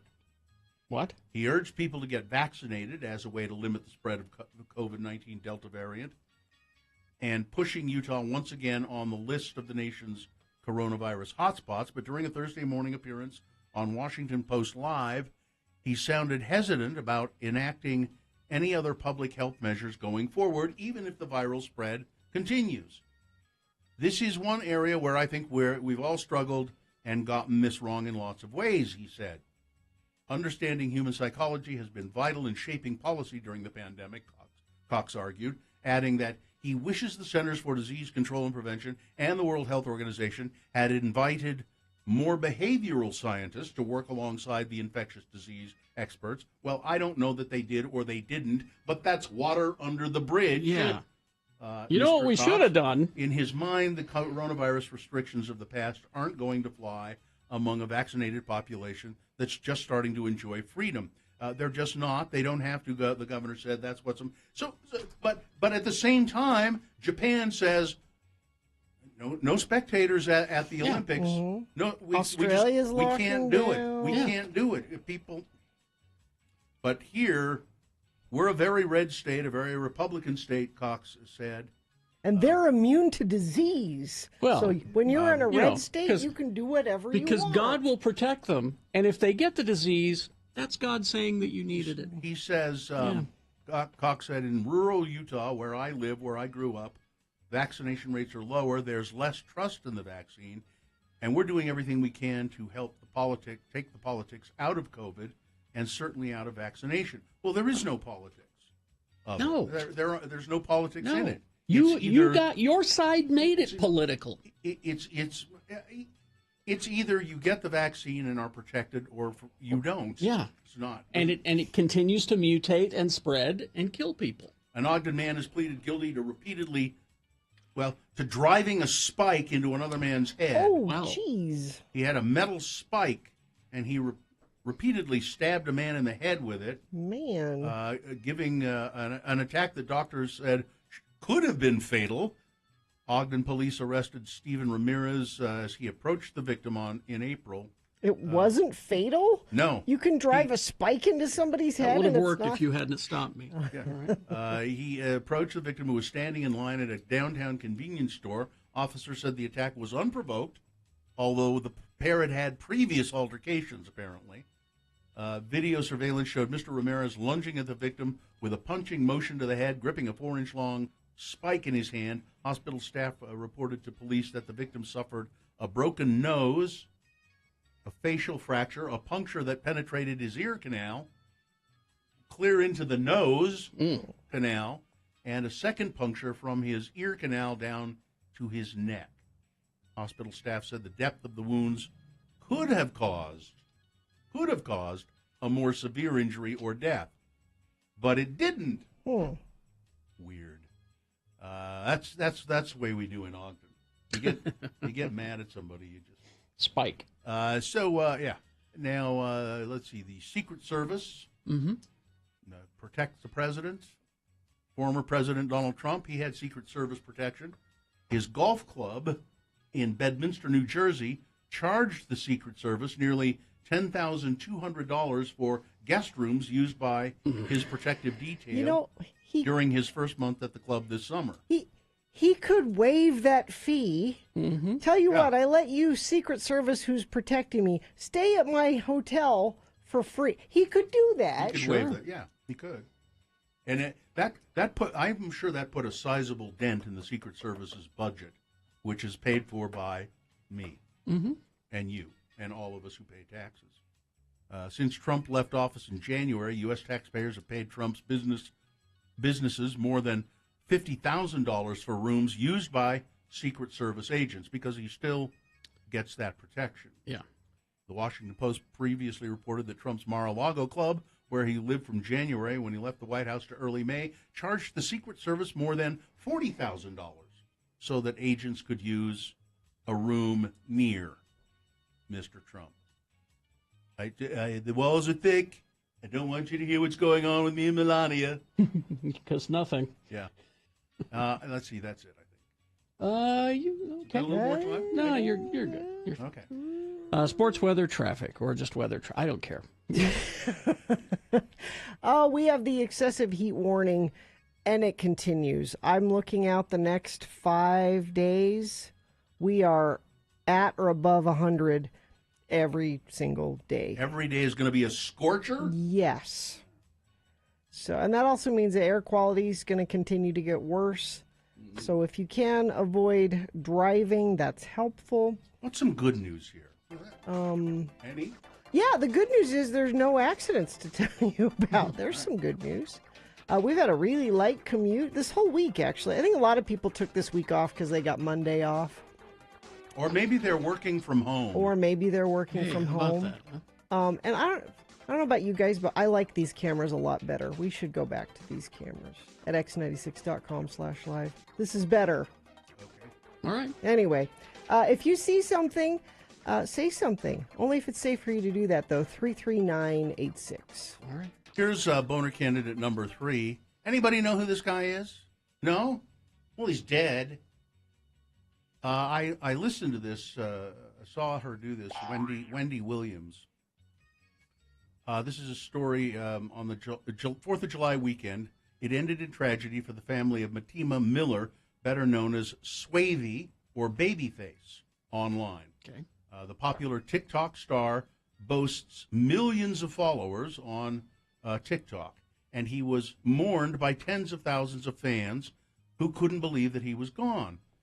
And I don't know what he does on TikTok. It's so popular, but he's got a lot of people. He fried an egg on following. the sidewalk. It was Monday when police responded to a scene in Delaware where Mr. Miller had been gunned down.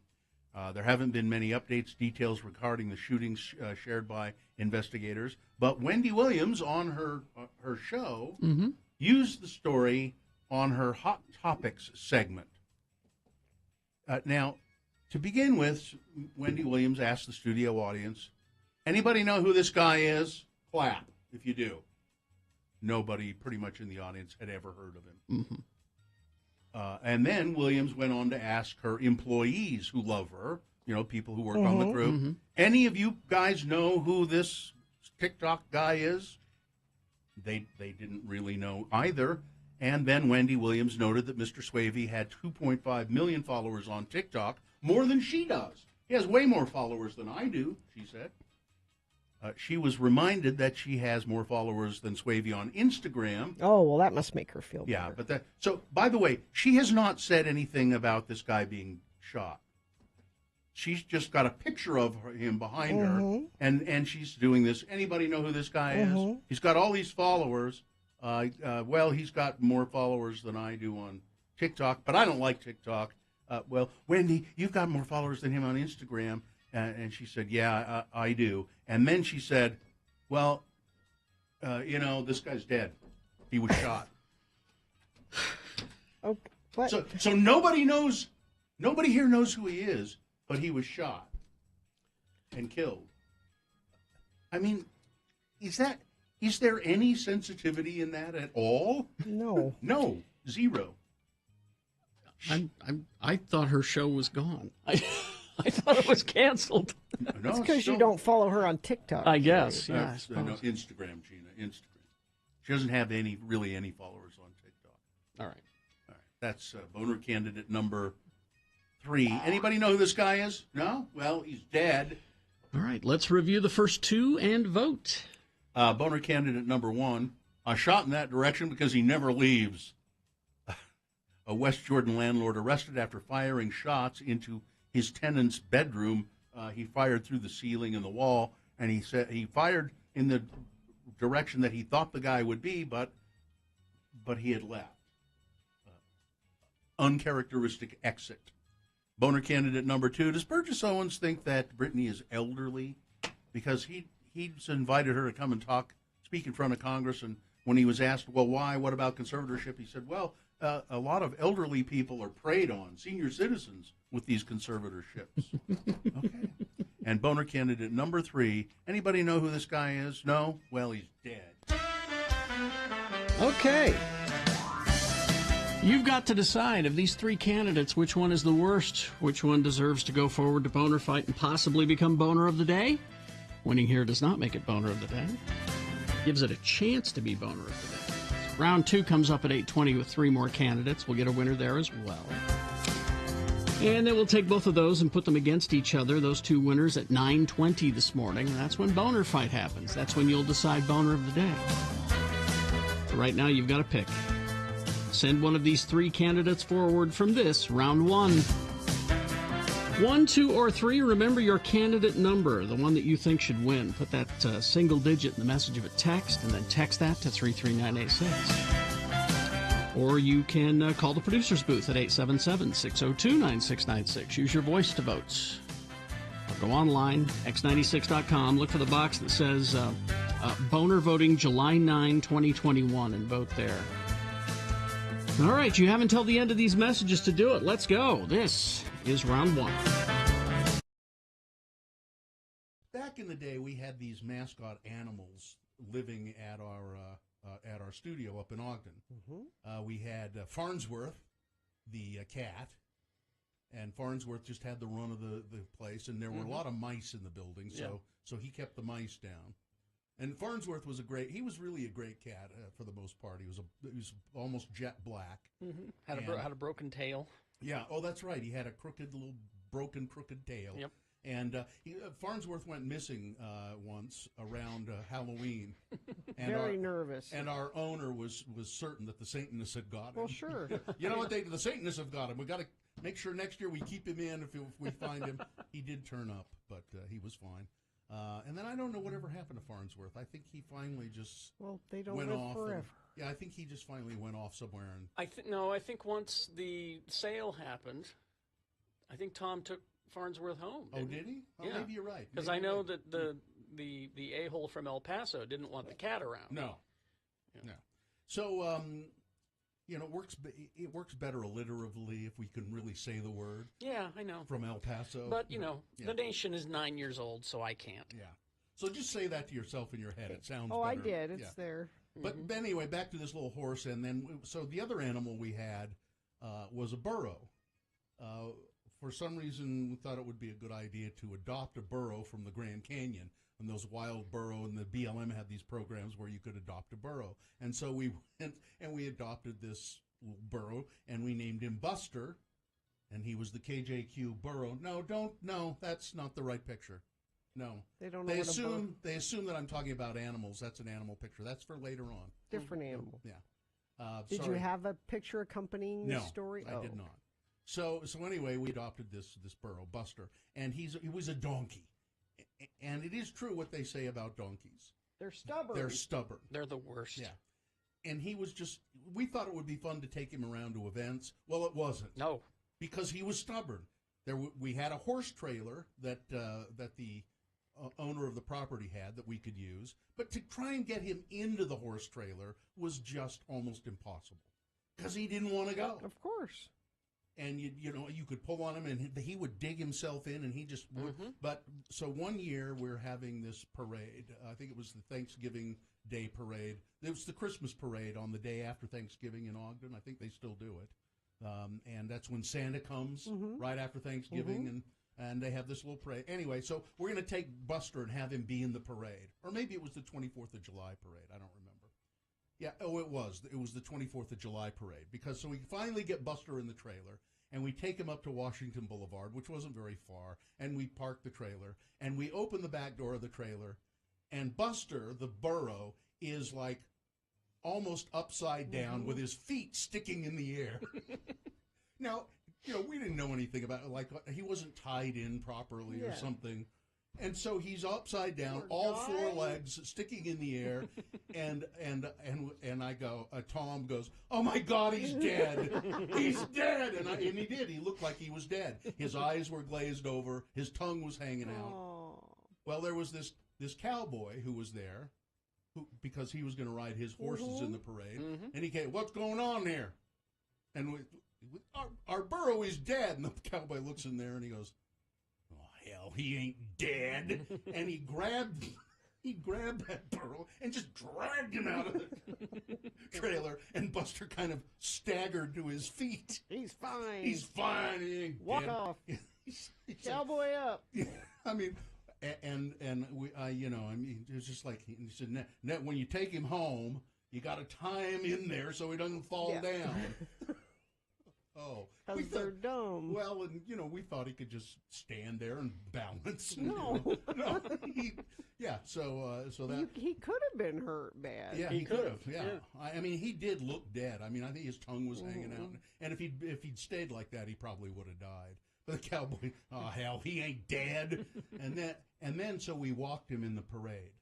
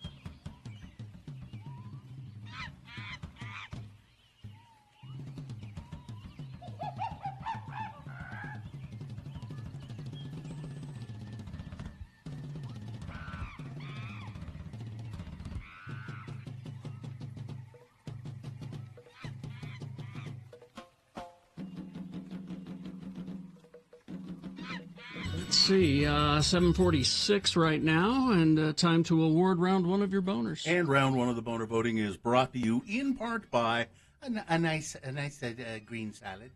And University Federal Credit Union's Visa Rewards Card offers up to 5 times the rewards along with industry best travel rebates. Apply today at ucreditu.com. Boner candidate number 1. I shot in that direction because he never leaves. Well, as it turned out, the guy had left when the landlord fired a gun through the walls and the ceiling because he's not paying me my rent, so I'm going to shoot at him through the wall. Boner candidate number 2. Does Burgess Owens think that Britney Spears is elderly? Or what does he think? He doesn't know. He doesn't have any idea what. He just signs the things that people ask him to sign. Yeah. And boner candidate number 3. Anybody know this guy, who this guy is? No? Well, he's dead. Wendy Williams being particularly insensitive about a guy's death. She was talking about it on her show. Well, Edison was the winner of whatever prize we gave to a random boner It's voter. go-kart tickets. Ah, nice. And the winner decisively, with 100 votes, boner candidate number 1, I shot in that direction because he never leaves. Oh, there you go. Okay, that is your winner of round 1's boner voting. It now goes forward to boner fight. It might be boner of the day. Depends. Because round 2 comes up at 8:20 with 3 more candidates. We get another winner there. We take those 2 winners and put them against each other. Boner fight happens at 9:20 this morning. That's when you'll decide boner of the day. So, best question?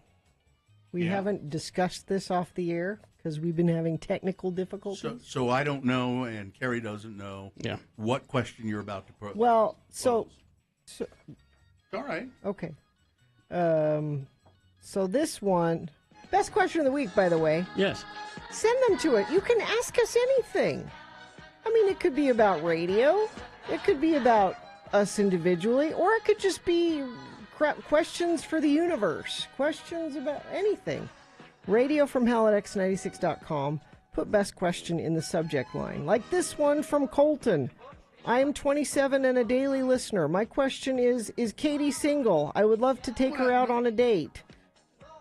No, she's not. Katie's engaged. Someday she's getting married. She's showing you her ring. She's engaged. She's engaged. So no. This one I thought was good because at least Bill and I just got back from a road trip. So I'll read this one. All right.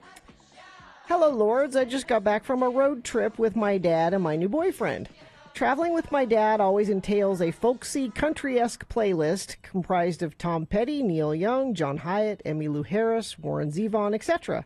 While I don't listen to any of these artists regularly, traveling with my dad throughout my life has made me appreciate them. So when I hear their songs, I like them. My boyfriend, however, has no such nostalgia and told me the music was his least favorite part of the trip.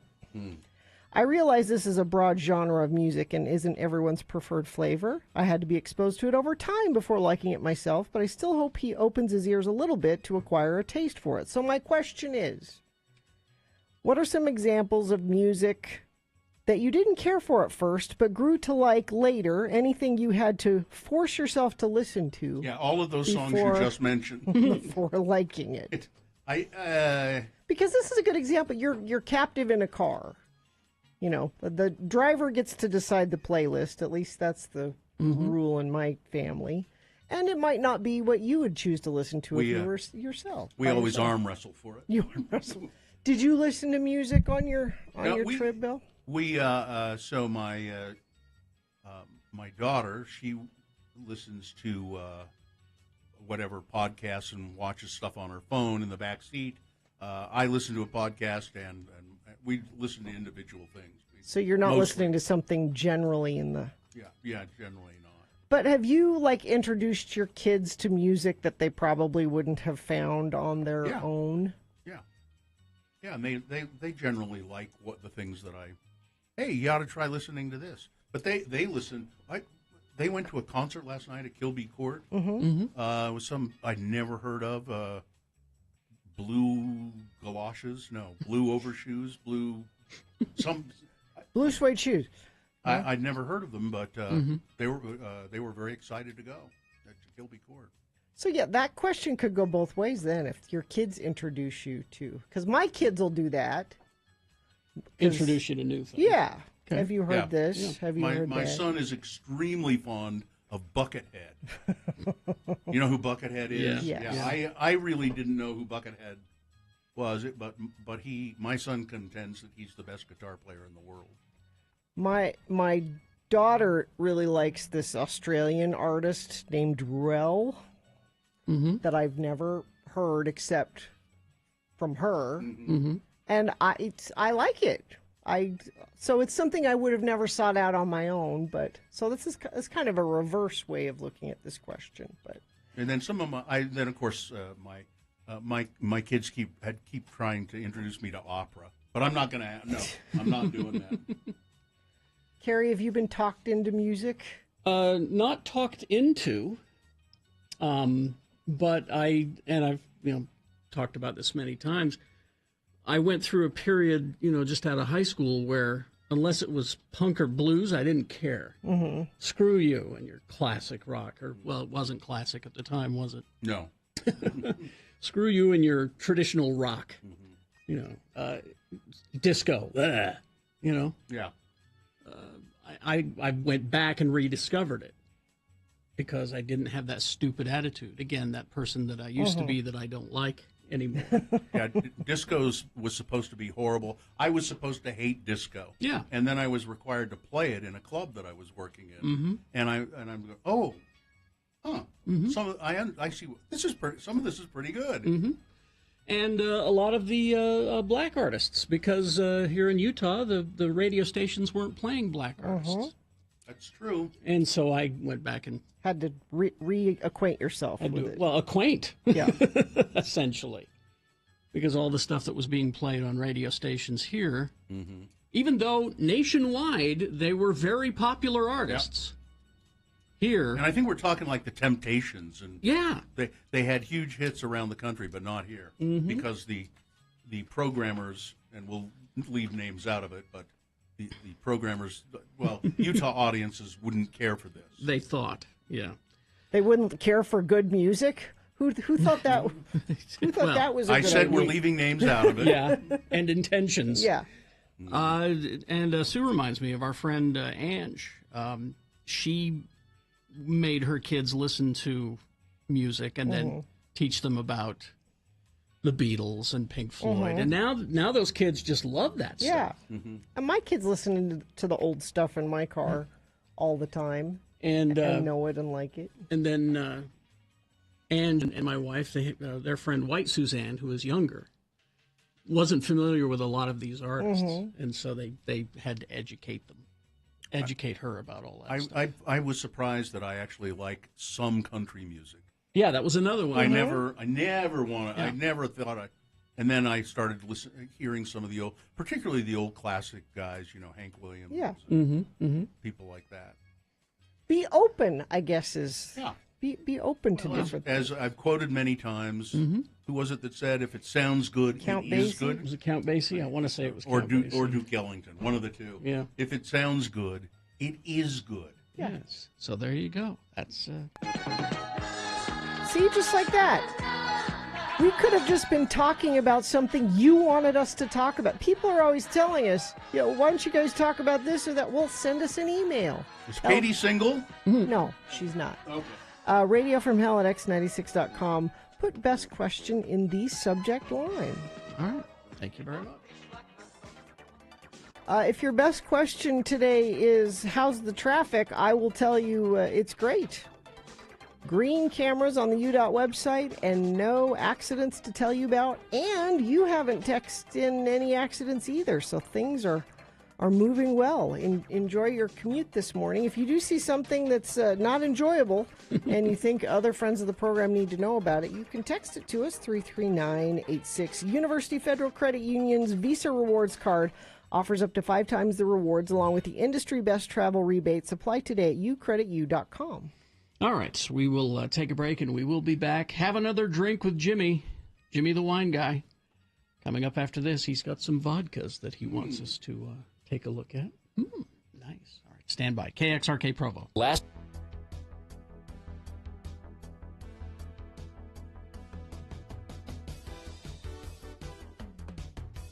So I saw this story too this morning, and did somebody break wind on the news?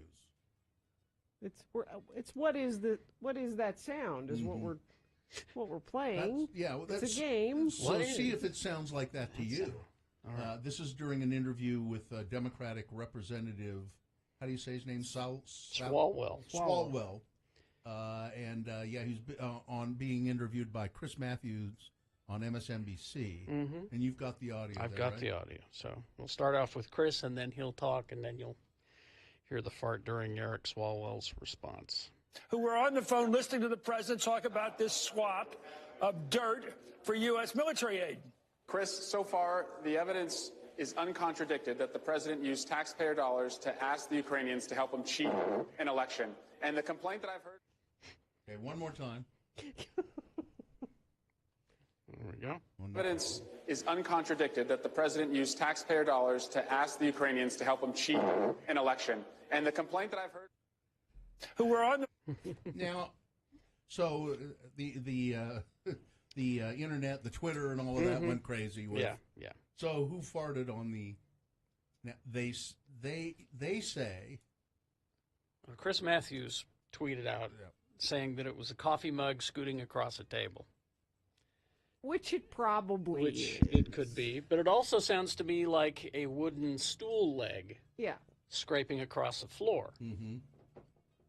I think it's more likely one of those things than a fart. I thought it was somebody just farting around. Somebody just put that in there.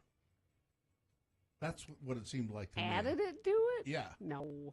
Well, no, they said that it happened during the broadcast because if you look at Swalwell's face, he kind of grimaces a little. Oh, I didn't notice that. What was that? Well, then it was him. It was Swalwell. And that was a Democratic fart. He said, no, it wasn't me. I don't know where it came from, but it was funny at the time, and that's why I smiled. Well, let's see. They say the smeller's the feller. Well, what does it mean to the listener? The listener's the what? I don't know. That's what I'm trying to... The hearer's is the bearer? I don't know. I thought he who smelt it dealt it. Well, it doesn't indicate that he smelt it. It indicates that he heard it. Yeah, so we don't know if he dealt it. Fox smells his own hole first. That's what they say. Taxpayer dollars to ask the Ukrainians to help him cheat an election. And now he pauses a little bit there. Yeah, just kind of because he's sneaking it. He thought he could sneak it out. He kind of goes, "Oh, what was that?" Huh? Although wouldn't he'd sort of have to have a microphone near his. We don't know if whether it's his or Chris's because they leave Chris's mic on as well. Oh. So what Chris is claiming is that it was his coffee mug going across the top of the table. Okay, then it's Matthews, and you can look at him. He's a farter. He's a farter. Yeah, he gets too excited about stuff, and the president used taxpayer dollars to ask the Ukrainians to help him cheat an election. And yeah, that pause. That pause. That tells me he knows it's coming. The pause is unfortunate. That tells me he knows something's happening. Boy, you mean like he leaned up? Like he tried to one-cheek sneak? One cheek sneak while he's standing up? Because, you can't fart in those hearing rooms. They're so condensed. And all those people. People would go, God, who did that? Well, actually, that's a better place to go because there's so many possible... Wasn't me. Wasn't me. Where was I yesterday? I was in a car with some people, and I won't say who, but I kept thinking, somebody is stinking this car up. And you don't want to say anything because... You'll embarrass somebody. Yeah. Mm-hmm. To help him cheat an election. Yeah, that was Chris Matthews. Think it was Matthews? Yeah. Ask the Ukrainians to help him cheat an election. Yeah, that's an old man fart. That's an old man fart. It's kind of How raggedy. Can you tell? It's kind of raggedy. It's not. Yeah, it's not strong, full-throated. It's kind of raggedy and almost wet sounding. Oh. And here are the rhymes that we were looking for. He who denied it supplied it. Oh. Yeah. The blamer is the claimer. Yeah, there you go. Thank you, people who listen to the show. You're smarter than we are. Thank you very much. Very good.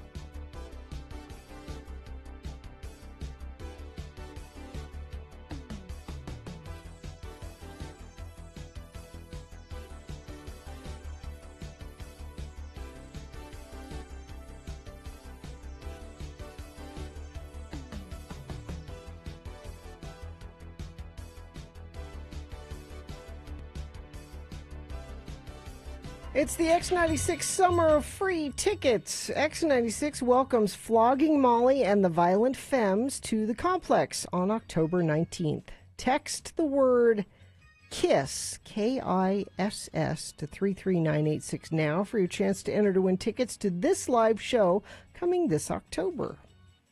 All right. Thank you. Let's see now. We have, that's right. It's time. Have another drink, it'll make you feel better. Have another drink, it'll feel alright. If you feel down and you're under the weather, have another drink and you feel alright. Brought to you by the newest line of Grey Goose Essences, vodka infused with real fruit and botanicals. And it's Jimmy the Wine Guy from the Wine Academy of Utah. WineAcademyOfUtah.com is where you go. And Jimmy's not with us in the studio today. He's remote. Where are you, Jimmy?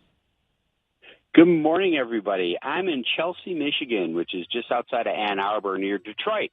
And what goes there? What are you doing?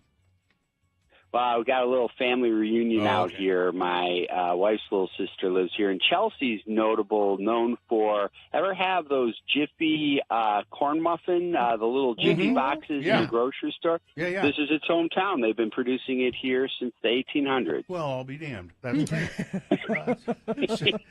So Jimmy, is it a drinking occasion when you have the family getting together like that? Oh, very much so. A bunch of Italians together. Forget about it. And some French Canadians. It's all over with. Excellent. Now, so we have these vodkas here that you left for us. Mm-hmm. Grey Goose essences. Yeah, beautiful packaging, don't you think? Yeah, I do. Yeah. I don't know if you can. Yeah, we can see it at x96.com/. I can see the bottle. Holding the bottle up here. This one is the what is this? It's strawberry and lemongrass. And yeah, we dropped off both the watermelon basil and strawberry lemongrass. Now, I haven't tried them yet, but I do have a tiny sip. Should I try them? Talk about them a little bit more. Yeah, which one do you want to start with? You got Jimmy? it. While you're trying them there, you guys, these are great products, the Grey Goose essences. You know, vodka is no stranger to the infused or flavored category, right? They've been flavoring vodkas there for about a dozen years.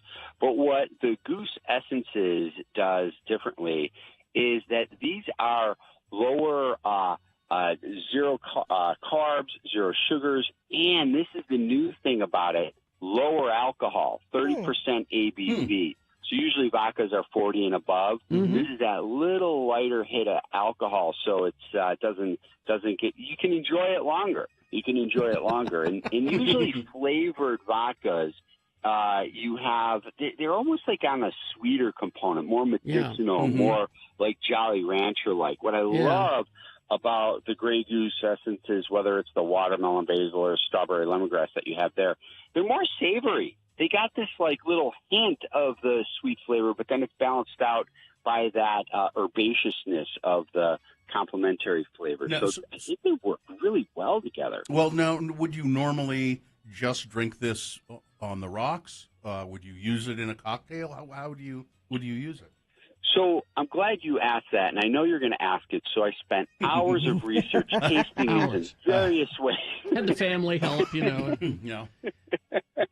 So I really enjoyed the watermelon basil with just a hit of soda water. And I did a nice little wedge of lime on there, and that acid along with the sweetness of the watermelon and a hint of the lemongrass I felt really bonded well. It was very refreshing. Yeah. And then the strawberry and lemongrass, I did a little muddle with a strawberry, and I shook it. And I did add just a little bit of a dry French vermouth. Shook, and then strained it in a martini glass. Oh, that was really nice, and I garnished it with a strawberry, and that was really. Could we find those suggestions on your website, Jimmy? Are they available, or did you send them to us? Yeah, no, we'll put them up on the posts for the show on the website, and then I'll send them to you and Katie as well. Okay. Now I'm going to taste just a little tiny bit out of a paper cup. This is strawberry and lemongrass. Yeah, now that I'm back in the studio, I can't try this. Oh, another reason you don't want to be here. It smells a little tiny bit like cotton candy somehow. See, this is the thing, is that I've been against flavored vodkas for the longest time, but this sounds a lot different, so I look forward to trying it later today. Well, yeah, all too often they're far too sweet, but it's nice. They're more gentle. And they're real spot on with their flavors. That was not Bill, sweet. What do you think of that? Not sweet at all. Yeah. Yeah, very good. Now let me try the other one, the watermelon and basil. And these are just like tiny half sips. Here. That was a little bigger sip than I thought it was. Oh, no, I really like that one. That's a combination. That's a combination that always satisfies. They taste. But they taste real. That's what's not Jolly Rancher, like Jimmy said. Yeah. It's very. There's actual watermelon and basil in there, I think.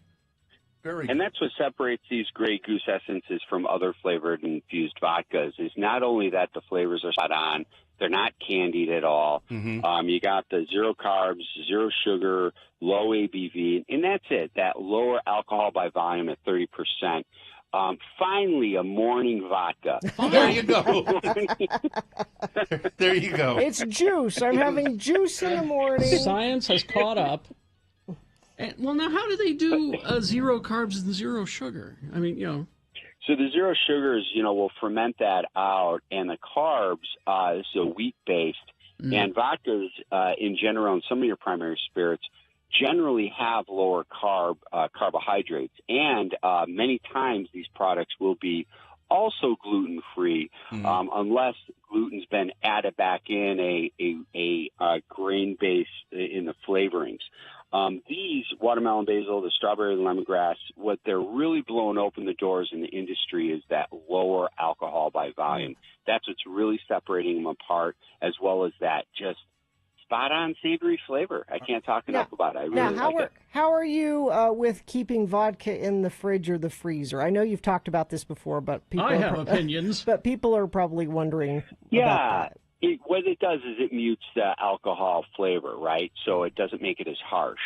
So that's kind of what happens if you add those soapstones or an ice cube to something and put it on the rocks. That chill is lowering that harsh alcohol flavor. These, I didn't have much harshness on it. Bill, what did you think out of that paper cup? Yeah, very smooth. Yeah, very smooth. Not much bite to it. Just smooth, but not sweet. Again, it's just smooth. Gina was asking specifically, I think, about a lot of people keep their clear liquors, gins, vodkas, actually put it in the freezer and leave it there. Is that a good idea? Yeah, when you drink it out of the freezer that ice cold, it mutes that harsh alcohol flavor. So if you want that, that's the result of it. So is that a good idea? Sure, I guess you'll be able to sip it more, and it just makes it softer. Well, see, and I like my gym room temperature or even a little bit warm because I really want to taste the Christmas tree. I want to taste the Christmas tree. Yeah. It's really true. I like gin, but I don't like a lot of the botanical gins and things. I want mine to taste like juniper berries. So generally, what I buy is less expensive than some of the other, like Hendrix or those other ones. Speaking of price, what's the London Dries? What's the price point for these infused vodkas? These are affordable, $33 price point. These flavored vodkas, the Grey Goose essences in the marketplace, brand new. They were just released this year in February 2021, and Utah has them right away. So readily available. That's a good thing. Yep. All right. Readily available. Yep. Anything else we need to mention about what's going on with Wine Academy of Utah, Jimmy?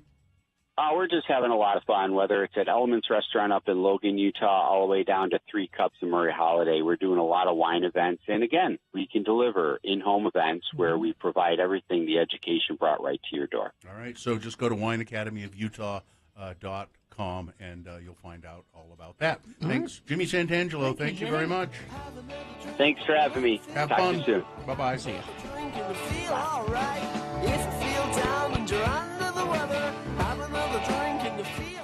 Traffic. Well, I don't think you should pay me for today because I haven't had to do any traffic reports. Don't say these things out loud because, he's listening and he'll dock my pay. Yeah, things look great. And you haven't sent anything either, so that confirms the greatness of the commute today. Now, of course, if you see something that you think needs to be shared with friends of the program and it's safe for you to text, you can always send it in to us at 33986. Here we go. Boners round 2 coming up. The titles you will be considering. Boner candidate number 1. You want the boy happy meal, the girl happy meal, or the happy meal? Boner candidate number 2 is what a charmer. And boner candidate number 3, I followed the sexual voices. What? I followed the sexual voices. Okay. Boner candidates for round 2 coming up after this, along with Big Boy News and Opinioendo. Stand by for that. Scott Hale, Plumbing, Heating, and Air. It is hotter than hail. Hotter than hail outside, and is likely to remain so for the next few days. So Scott Hale, call them and get your AC tuned up. If it's chugging along and not doing you much good, you really need it tuned up. $39 for an air conditioning tune-up from Scott Hale Plumbing, Heating, and Air. Now, make sure that your cooling system works efficiently and can keep your house where you need it to be. They are very busy right now. As you would expect. Yeah. So they need people to go to work for them as well. If you want to have a hail of a career, because Scott Hale is a hail of a place to work, just get a hold of them. You can go to their website, scotthale.com, see the qualifications there. They're hiring people, and there are lots of different positions available. So call Scott Hale, 801-264-HALE. That's 264-HALE, or go to scotthale.com. All right. It's time for Radio from Hell corrections. We correct things that we get wrong, or we like to call this feature, Excuse Me. Excuse me. If you go to x96.com/live, you can see Comic Book Guy saying, excuse me, but I don't think that's the case. I'm here to make the proper corrections. All right. God forbid you go throughout life not knowing the right. Correction number one I have. Earlier in the show, we were talking about traveling in Switzerland and Austria, and Carrie was talking about Lake Luzerne in Switzerland and how lovely that was. And I said, remember when we went to Austria and we were having fondue, and I think I may have said that Austria is the home of fondue. Excuse me, my ears are hurting. Switzerland is home to fondue, not Austria. They're right next door to each other. If you had fondue in Innsbruck, it's no wonder it didn't go well. Austria is meat and potatoes, not fondue. Excuse me. So thank you for the correction. Switzerland, home of fondue. Okay. Well, we have another correction. Yes. Country correction. Ooh. This is another excuse me for Bill. A few moments ago, we were talking about President Trump flying to Scotland. Yeah. And Bill said, well, Scotland isn't part of the UK anymore because of Brexit. It most certainly is still a part of the UK. The UK now consists of England, Scotland, Northern Ireland, and Wales. That's the UK now, post-Brexit. But it's still part of the EU, right? No. Scotland? Scotland's I'm not going to say. Scotland's not a part of the EU? I think it is. I don't isn't know. It? And that was part of the deal, was that they had the border in Scotland, and there was part of the contention? That's what I thought, too. Well, you were saying Scotland is not part of... Well, now we have to do... Listen, if this was about the Silver Surfer's real name, I could weigh in. The people of Scotland voted decisively to remain with the European Union in 2016. The Scottish government was the first administration in the UK to set out a substantive policy response to Brexit in 2016. They have said, we are a part of the European Union. All right. So they're not? Ireland is part of the EU, not Scotland. Scotland is talking about leaving the UK, as they always have. Well, they voted to stay with the European Union in 2016. So on December 24, 2020, UK government and the EU announced agreement on core elements of the future. Scottish government has conducted initial analysis agreements, their implications for Scotland. The assessment confirms the Scottish government's long-standing view that Scotland will be worse off outside of the European Union, so they are going to remain with the European Union, which means essentially they're not part of the UK, right? Scottish ministers have consistently highlighted that the UK government failed to engage meaningful with the Scottish government on Brexit. The Scottish government... EU countries are okay. Austria, Belgium, Bulgaria, Croatia, Cyprus, Czech Republic, Denmark, Estonia, Finland, France, Germany, Greece, Hungary, Ireland, Italy, Latvia, Lithuania, Luxembourg, Malta, the Netherlands, Poland, Portugal, Romania, Slovakia, Slovenia, Spain, and Sweden, not Scotland. Scotland is still part of the UK. All right. It's confusing. And the Silver Surfer's real name is Nurin. There's some questions. Listen, I don't know from Ireland or Scotland. I don't know. All right. But I can help you with this. All right.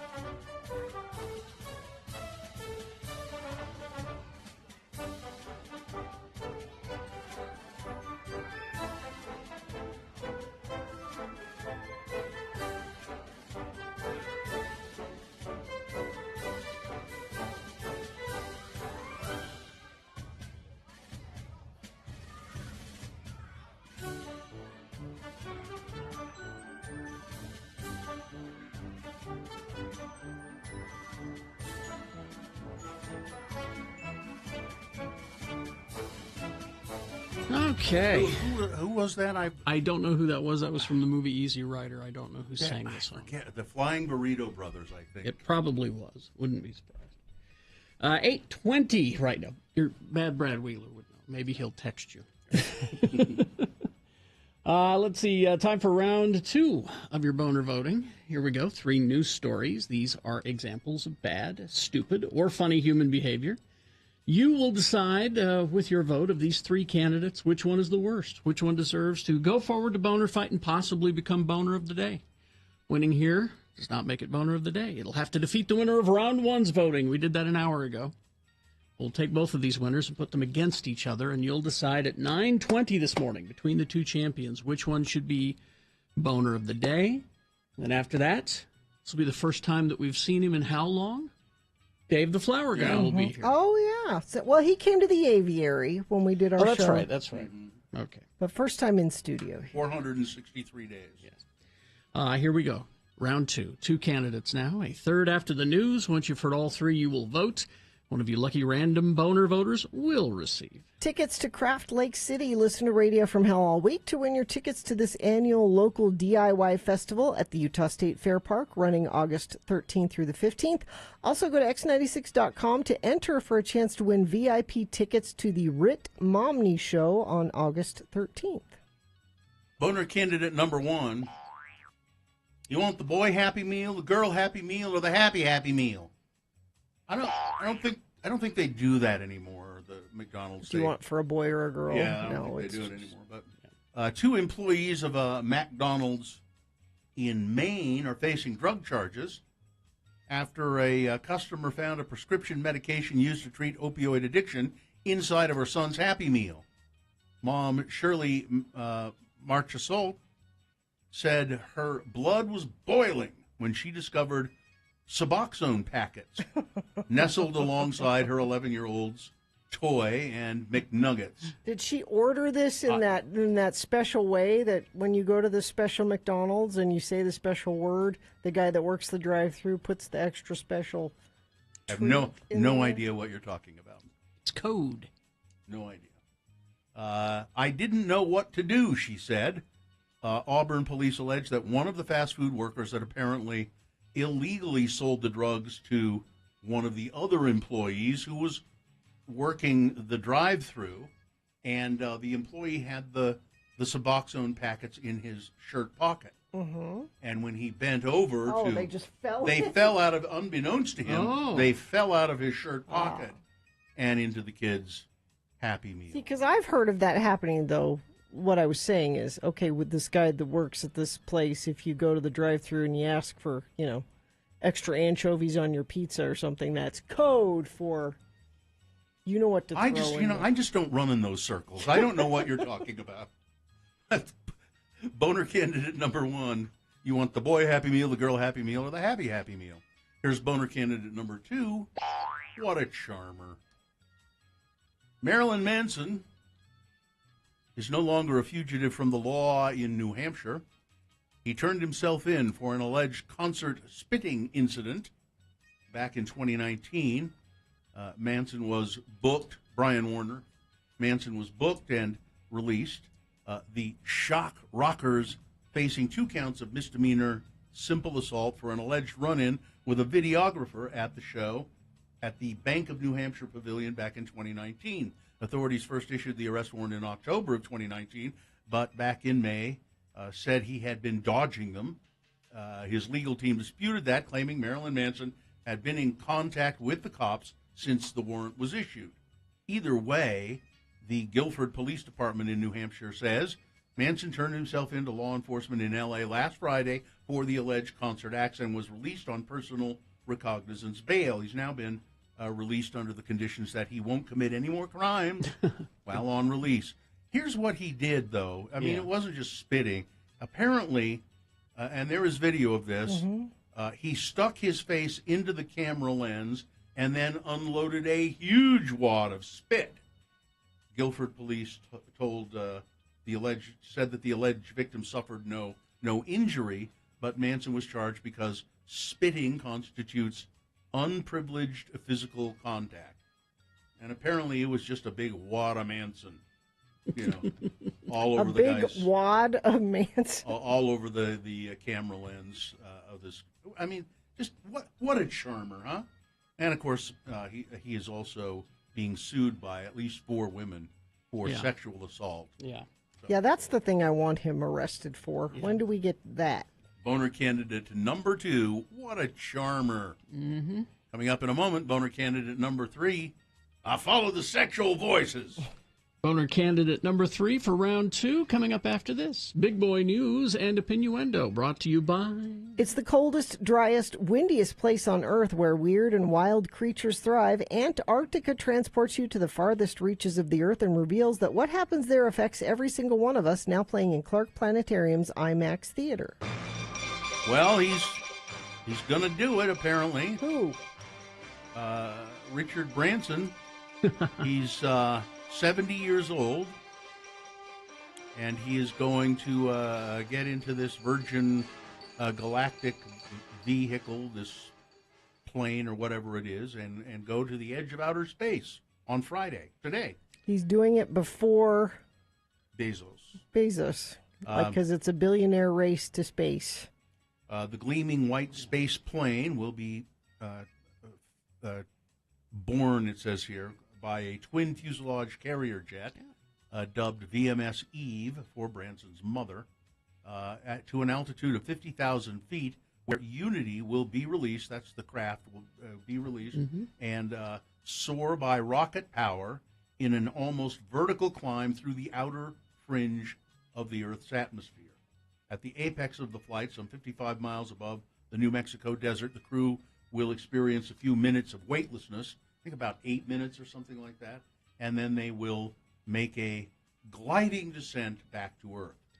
If all goes according to plan, the flight will last about 90 minutes and end right where it began on a runway at Spaceport America near the city of Truth or Consequences, New Mexico. And, if I didn't pay taxes, I'd have a lot of disposable income, too. Yeah, I think their money could be spent other ways. Yeah. If successful, Sunday's flight will give Branson bragging rights, besting his rival Jeff Bezos. It'd be nice if the millionaires and the billionaires were bragging about how many homeless people they helped or, children they helped. Or Matt Damon is in a movie called Stillwater, and it played out of competition in the Cannes Film Festival. And Matt Damon and the film got a 5-minute standing ovation. Well, what is it? A Tell real me about one. This. Now, this is directed by Tom McCarthy. He directed Spotlight. That was the movie about the Washington Post, right? That was good. Early word is that Matt Damon is sensational as an American who comes to Marseille, France, to find his daughter, played by Abigail Breslin. Oh, she's in prison? He's trying to get her out of jail or something? I don't know. This is Matt Damon's chance for an Oscar there. So. Really? Matt Damon. His performance is graced with a quiet softness that offsets the sheer volume of the character he's playing. All right. He's I think he's kind of underrated sometimes as an actor. But that Mars movie he was in, he was great. He was good in that. I love that movie. Let's see. Utah epidemiologist is saying that, this fall schools really ought to require masks. Yes. Because kids aren't all vaccinated yet. You may have thought that masks at Utah schools were done, but an epidemiologist said they should make a return. The problem is infections at schools can lead to infections at home, which can lead to hospitalization and death for older Utahns. But it won't happen because the Utah State Legislature passed emergency legislation in their special session that said there will be no more mask mandates in the state. This epidemiologist is Caleb Harrison, who is an epidemiologist with the Bear River Health Department. He said, I think in order to minimize the impact of COVID, come this fall, we need preventative measures to be put in place at school. He says masks, contact tracing, and other measures need to be observed. We're hoping that people can see the need for the protection, he said, but I think he's speaking to a wall. He's talking to a wall there. An investigation is underway about a Utah Highway Patrol car. The video of it is pretty striking. Apparently, so this Highway Patrol car is heading down the highway, and it's a 2-lane highway, and then it decides it needs to reverse direction quickly and to go to do something else. Well, he reversed direction so quickly that a car following him, the highway patrolman, hit the highway patrol car, and this caused yet another car to go careening off the side of the road, and it was up on Trappers Loop in Morgan County. And the way it looks, the trooper just didn't look at all. He just made his quick turn to go back the other direction and caused this. Now, fortunately, people were not seriously hurt, but Utahns could get help paying for air conditioning if they need it. The cooling costs are going to be astronomical. My electrical bill was, I think it was $400 last month.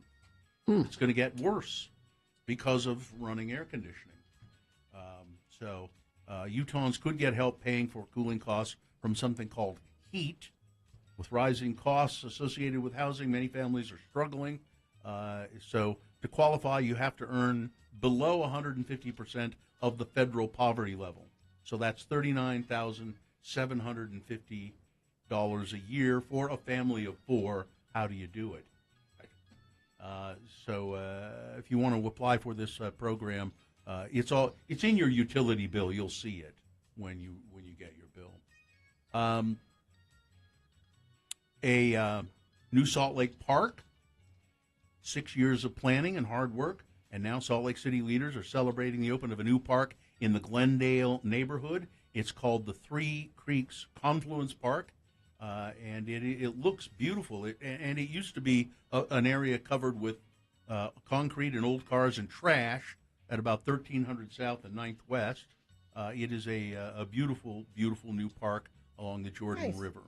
They're trying to clean up the Jordan River even more. They've made some great strides over the last few years, but I just was reading something. They would like to see people like wakeboarding and stuff on the Jordan River. Well, we're going to have to start dumping bodies somewhere else then. Where's that going to be?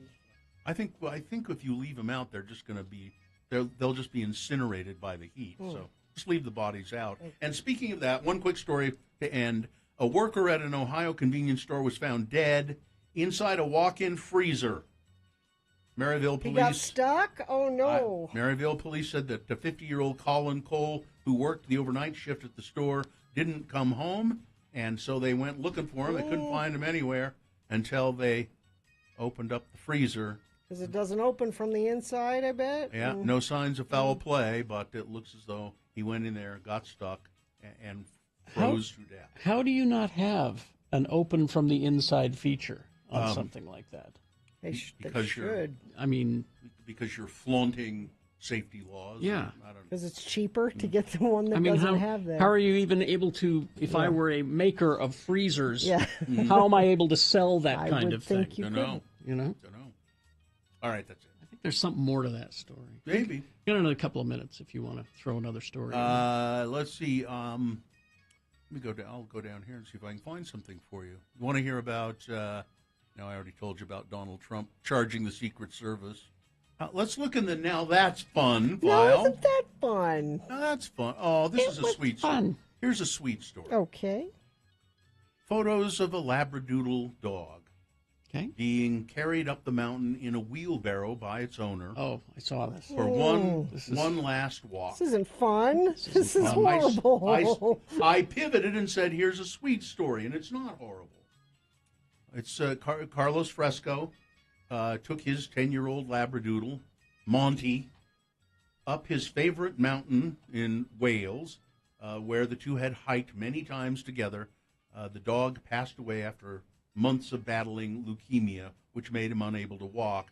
But one final walk, I knew Monty was dying as the cancer had returned. He was diagnosed 18 months ago, and so I put him in a wheelbarrow, and he was just so happy to go up the canyon or up the side of the mountain with me again. Excuse me, I'm sorry. This was my dog. His name was Tippy. Monty passed away at the foot of Mr. Fresco's bed Oh, after they were able to spend Father's Day together. It's not a sweet story. It's a horrible story. It's a sweet, sweet story. Okay. Sports, weather, traffic. My kids wouldn't do that for me. Put you in a wheelbarrow. No. Just take Dad up the mountain. No. During the pandemic, most sports were put on hold. Golf became one of the fastest growing sports in the world. And that's also true for President George W. Bush. He took to the course on his birthday, and he said, feeling good on my 75th birthday. Thanks for all the well wishes, and thanks to a par 69, giving me a chance to finally shoot my age with a stroke to spare. That's golf talk. Yeah. George W. Bush had a good golf game. Is it good for him? Yeah. Finally. I was hoping he'd be happy one day. Finally, he gets a win? A win. One in the win column. He gets some slack. Mission accomplished. Yeah. Bill was very excited that the Salt Lake Bees beat up on the dreaded Sacramento River Cats last night, 10-9. They're not dreaded. They're just hoodlums. Oh, are They're they? a bunch of hoodlums. They play again tonight, game 2 of their homestand, and it will be another hot game. So you'll want to have beer there at the stadium. It's Thirsty Friday. It's excessive heat warning in effect for the foreseeable future. I'm looking out through the weekend to Monday. Monday, we can look forward to 104 temperature. Sunday, 103. Saturday, 100. We are 100 or above for... Make sure you keep them tomatoes watered. Yeah. Does it even... Can you keep them watered enough in this? Yeah. It's... You just have to pay attention. The leaves are... They look kind of sad, start don't to they? wilted a little bit. Are they coughing? Yeah, it's like that. Yeah, it's bad, and that means the air is going to get worse too because there's that heat just cooks it, and there's nothing to blow it out and clean it out. So try to limit your driving also if you can. Maybe that's why we have such light traffic. Maybe y'all are working from home or still on vacation. Whatever the reason, commute looks great. I'm kind of confused. Could it possibly be that this is Saturday?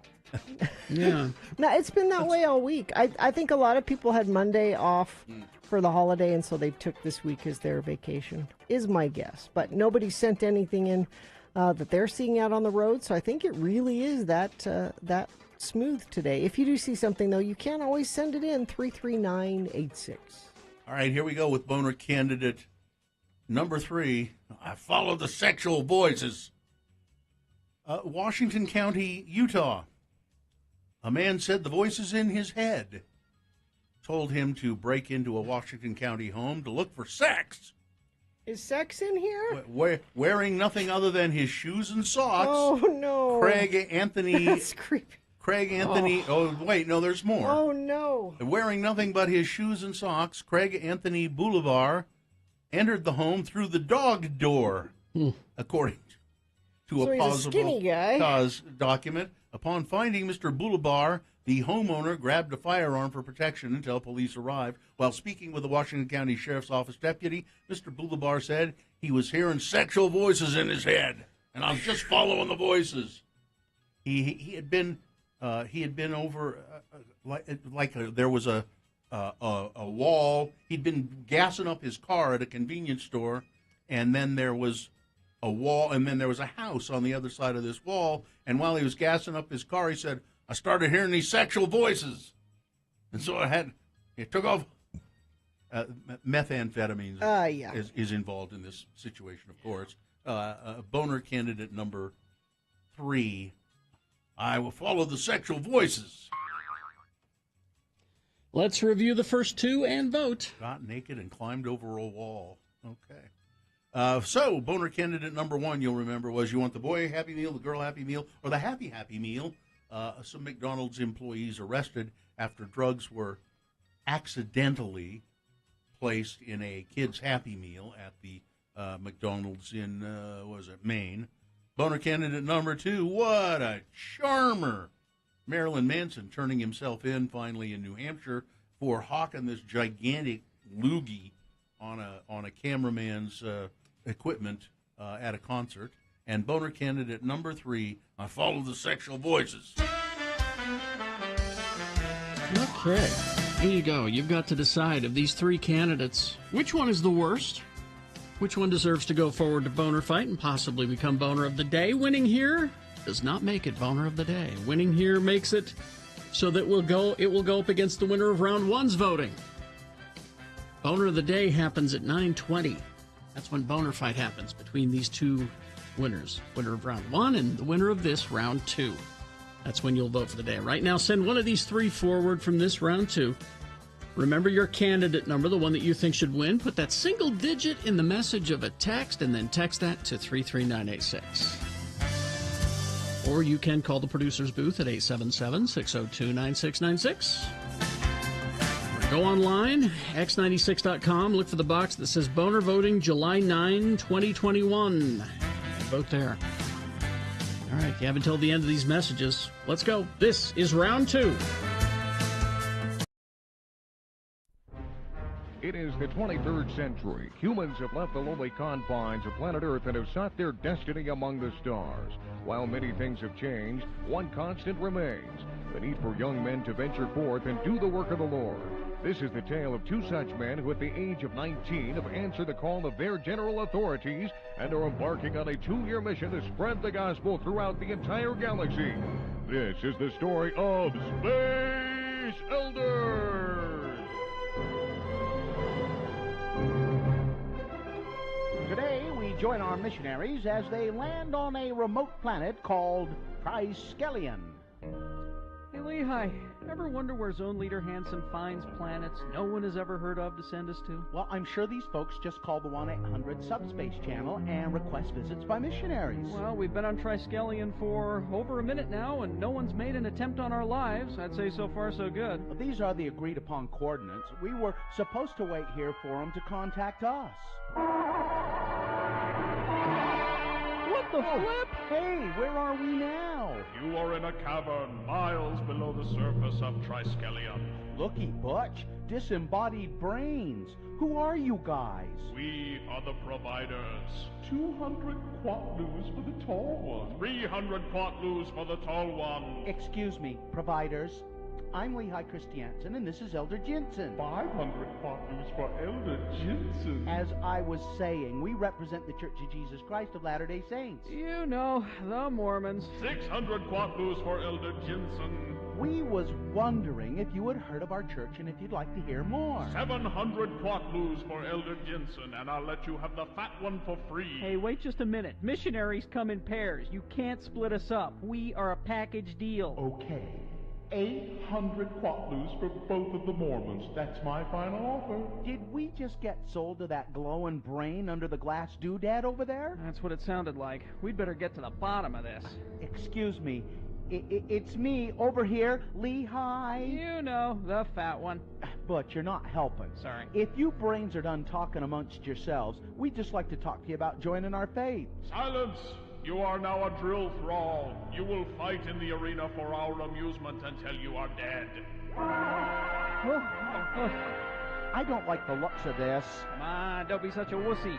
We have these big stick thingies to defend ourselves with, and our opponent is a scantily clad woman with big breasts. Come on, lady, take your best shot. Ow! Hey, I wasn't ready. Try that again, I dare you. Ow! Hey, that's gonna leave a mark. Hey, provider guys, care to make a new wager? 300 quatloos on the missionaries. 400 quatloos on the scantily clad woman with big breasts. How would you like to wager your eternal souls? Make this good, or we will teleport you onto the surface of Triskelion Sun. Okay, here's the deal. If we win, we get to go free, and you donate 1,000 quatloos to the LDS Church Missionary Program. We lose, and we will remain drill thralls and fight for your amusement. I don't know. That's a lot of quatloos. What, you chicken? You have a wager. You two against all of the other drill thralls. Oh, well, it was nice knowing you, Lehigh. Don't sweat it, Butch. I got a plan. Is this the end of Butch and Lehigh? Will they spend the rest of their very short lives as drill thralls? Can quatloos be used to pay tithing? How exactly would you baptize a disembodied brain anyway? Tune in next time to hear Lehigh say, "Put down your stick, Butch, and follow my lead." Oh, but we couldn't take a Percy girl thrall, and you think we can take on all them without weapons? Trust me. Excuse me, drill thralls. I'm Elder Christiansen of the LDS Church. My companion, Elder Jensen, Hi. and I were wondering if you'd like to learn more about the Mormon Church. Hey, where's everybody going? Foul! You cheated! I demand a rematch! On the next eye-gouging episode of Space Elders.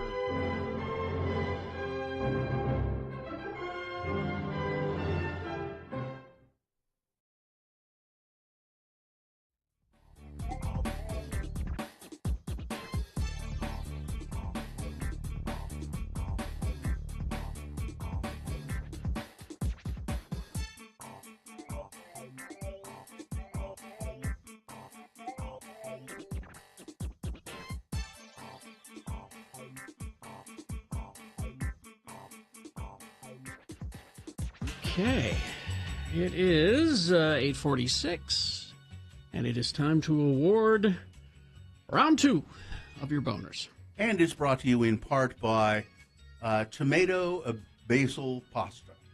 And Park City's annual Savor the Cocktail contest runs now through August 31st. Enjoy original cocktails from participating bars and restaurants. Then vote for your favorites. You must be at least 21 to participate. Find details at parkcityrestaurants.com. Boner candidate number 1, the boy Happy Meal, girl Happy Meal, a happy meal. Got a few votes, but didn't perform all that well. Performing just a little better was Marilyn Manson for being just a charming, being Marilyn Manson, a charming person. Now, see, these are the kinds of things that he likes having in the public, because it makes him seem more, frightening or a badass. Or the sexual harassment is not the so other much. stuff. Yeah. And then boner candidate number 3, I follow the sexual voices on the doggy door. I took off my clothes, climbed over a wall. I can't. This whole entire story is climbing over a wall naked is just not. And then going through the doggy door. Yeah. That was boner candidate number 3, and it was the winner. It is now qualified to be boner of the day. It'll go up against the winner of round 1's voting. We'll put them both into the Boner Dome at 9:20 this morning. That's when you will decide boner of the day. Now, Mayor Wilson, I thought was going to call in. That's what I thought. But she's not joined us yet. She is not. No. So I could tell you about the finger steaks. You want to know about the finger steaks? You've been holding this information all week. You're just now. Katie, can you throw up that picture? Is that what it is, Gina? Of the finger steaks. There we go. That's the actual plate of food Those that I look like ate. good fries tries too. Those are. They look like cut in-house fries. Those look like. And that is not ketchup. That's cocktail sauce. Cocktail sauce. All right. It's at x96.com/live is where you can Now, see where did you get this? This is the Inland Cafe in Baker City, Oregon. It's the place where locals come to eat, it says. Oh. They have the kind of menu that you would just adore, Gina. It's mostly fried, is what you're saying? Mostly fried foods? It's meat and bread. That means safe. Pretty amazing. You know, here's some of the things that they feature. How about the roasted turkey dinner, the pork chop dinner? Mm-hmm. They have Inland's 1-pound chicken fried steak. Ooh, that would have been good too. They have. What do you mean two? Oh. What do you? I'm not sure what you mean by two. Are you assuming that what I had was well, good? I'm assuming it looks good. Inland Cafe's favorites. How about the patty melt, or the turkey melt, or the beef melt, or the roast beef dip? Lots of melts. Yeah. The Hawaiian chicken sandwich. A wampus burger. Wampus. How do you like your wampus? Topped with Caddy. Topped with ham and American cheese. Caddy wampus. Good. Pineapple and ham and Swiss burger. They have a big menu. Yeah, they have all kinds of stuff there. Cod and shrimp dinner, coconut shrimp. But I chose, you could either have the finger steak dinner or the finger steak basket. Okay. This was what I had there. Put the picture back up. Mm-hmm. That's a much more appealing picture than looking at us. Yeah. At x96.com/live. So that's now if I'd had the dinner, I would have had all of that, the fries and the finger steaks, also a choice of green salad or soup, and then I could have had a vegetable and a dinner roll. But you didn't do that. That would be the meal. Yeah, that's the dinner. Okay. I just had the basket. Okay. The finger steak basket. And so there are, 10 finger steaks there, I think. They are strips of steak that have been battered and deep fried. It's like chicken fried steak you can eat with your hands. Well, it's what it's supposed to be, right? They were dreadful. Well, I mean, Dreadful. Bill, I can't vouch for every chicken fry or every finger steak available anyway. I can't say they're good no matter what, wherever they are. I don't think that anyone should ever eat them anywhere. You've had food that, like, I really like salmon, and then you've gone somewhere and had bad salmon. You can't say that because your one experience with I'm finger here to steaks. I'm here to tell you there is no reason for them to exist. How do you feel about chicken fried steak? I'm okay with chicken fried steak. If you get good steak fingers, it is chicken fried steak that you can eat with your hands. Why don't you just have some steak? I don't understand. Not the same thing. I don't understand this idea that you would take a first of all, you wouldn't take a good steak and do this with a good steak. No, I wouldn't. You wouldn't with a good steak. Yeah, No. And which is why you've got an inferior cut of meat there. So what you're eating is a crappy piece of steak breaded and deep fried. You eat other things breaded and deep fried that probably were not the highest quality thing to start off with either. How do you know? There's a way to do it that it's delicious. Well, I'm not saying that these are the... These were not good. Okay. These look... They look good. The French fries were okay. I wouldn't dip them in cocktail sauce, though. That's That is kind an of odd weird. choice, yeah. I'd either like gravy or A1. I think they knew we were from out of town and they were pranking me. We got to get rid of this cocktail sauce. But I used the cocktail sauce because it sort of hid the flavor of the finger steaks. See, Maybe that's why they do it. I would have wanted some brown gravy. They're not good. I did not feel well after eating this. Wow. I'm serious. My stomach I can't was... vouch for the Inland Cafe, so it's not like I said, you've I- got to go to the Inland Cafe. We and had have other the... things there, and they were good. They were pretty good. I think we need to go to the Torch Lounge in Idaho, which is the one that we've talked about, that they supposedly invented it. You go to the source. Well, I'm not going to do it. No? No, I will never eat them again. The Torch Lounge, huh? And where in Idaho is that? Is it in Boise? I think I was going to say Idaho Falls, Let me look. which is not far from here. Now, see, Sue made these for us when you were going on about them so much. And we made them, and she made them with brown gravy. Yeah. And they were good. Yeah. I think you can. These were dry and tasteless. I don't vouch for inland. Were they tough though? That's my next No. question. They weren't tough, so you had no trouble with the chewing and all right. No. Because that would be the deal breaker for me. No trouble chewing, and you know how soft my teeth are. I had other things there that were good. Scotty's Drive-In in Idaho Falls apparently has. Yeah, you won't take a road trip with me to go have better, give them another try? Well, A, I won't take a road trip with you. And B, of course I would take a road trip with you. Okay. But I don't believe I would ever, ever, ever want to try these again. I think one more try at one of the, this says either Torch Lounge in Boise. Oh, come on, liver. You know you'll like liver. Just try it again.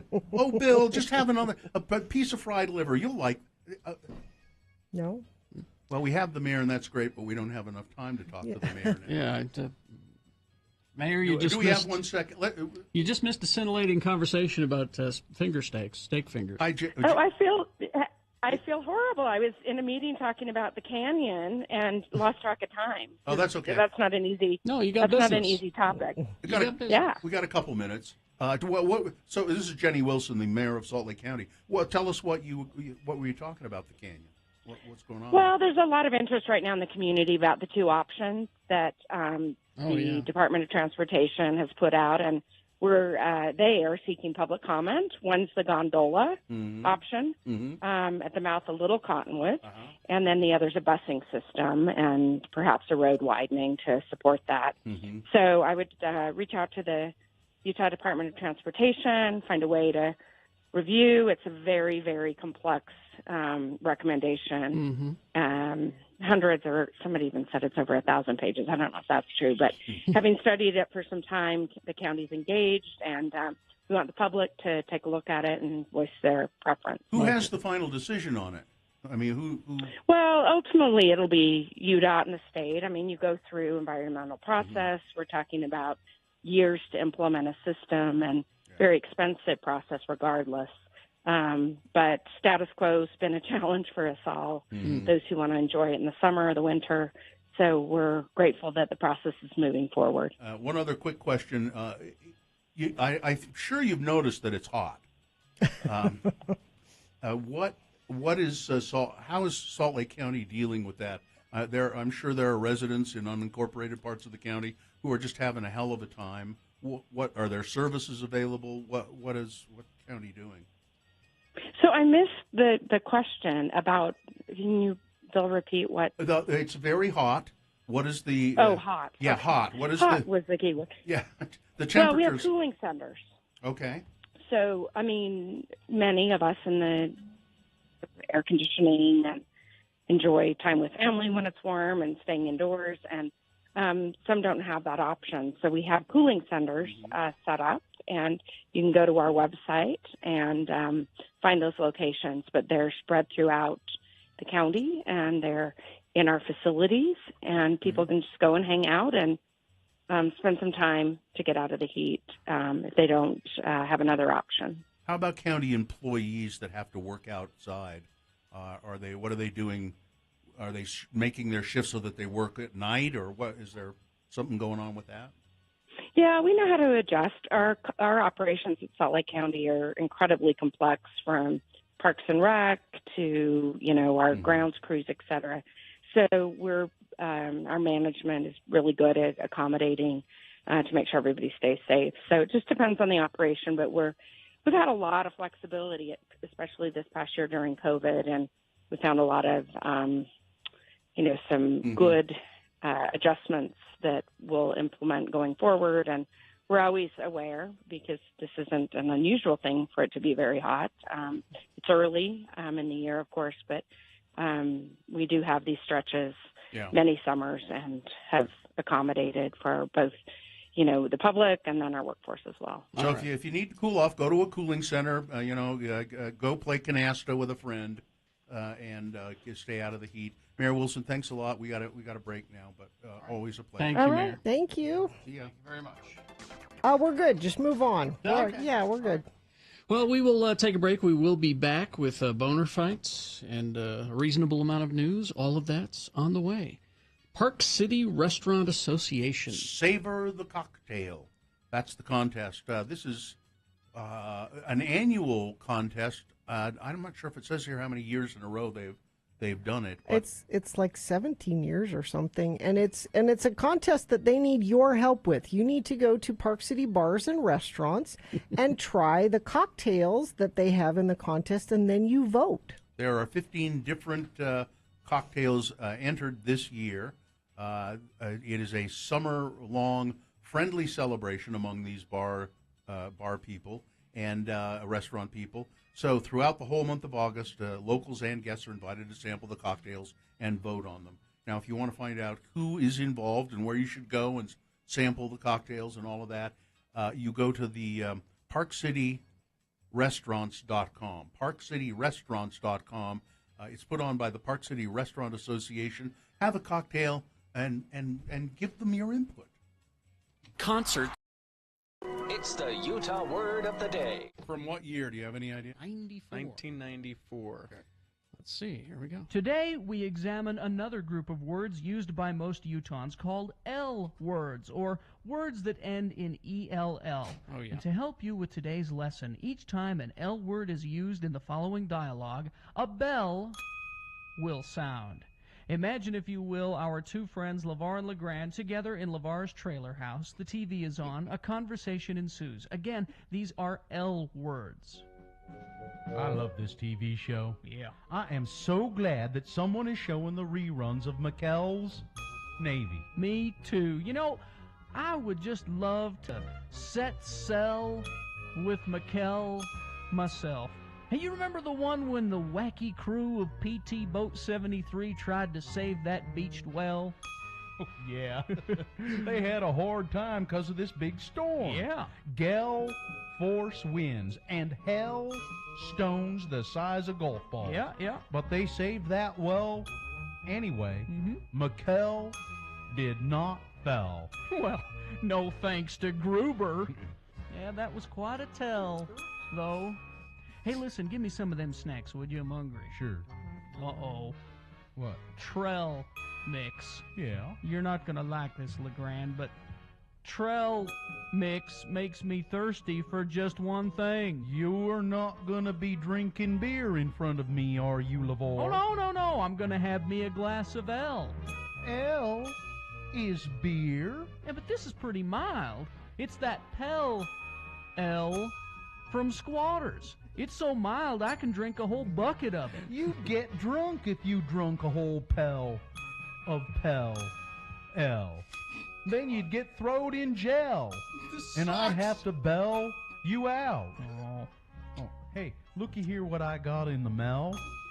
It's a flyer from Deseret Book.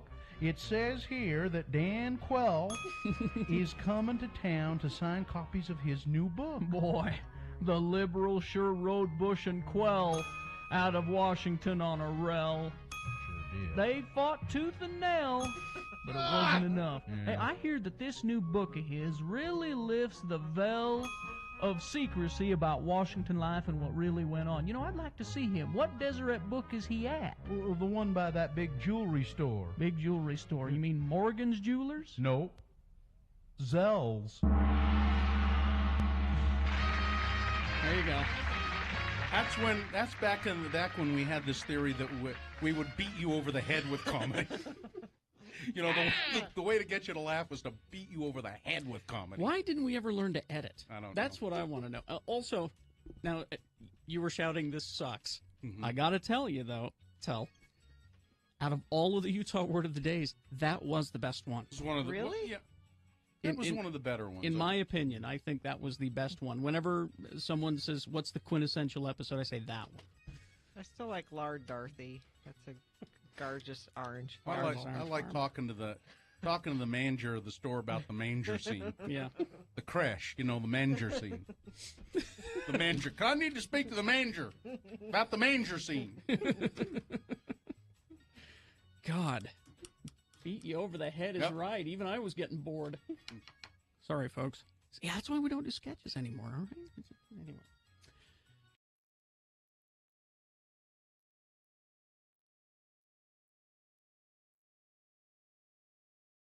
So you saw this video a week or so ago about the guy strapped a GoPro to his dog to see what the dog did while he was at work. Mhm. I didn't see it. It was disturbing because the dog didn't have a moment's rest.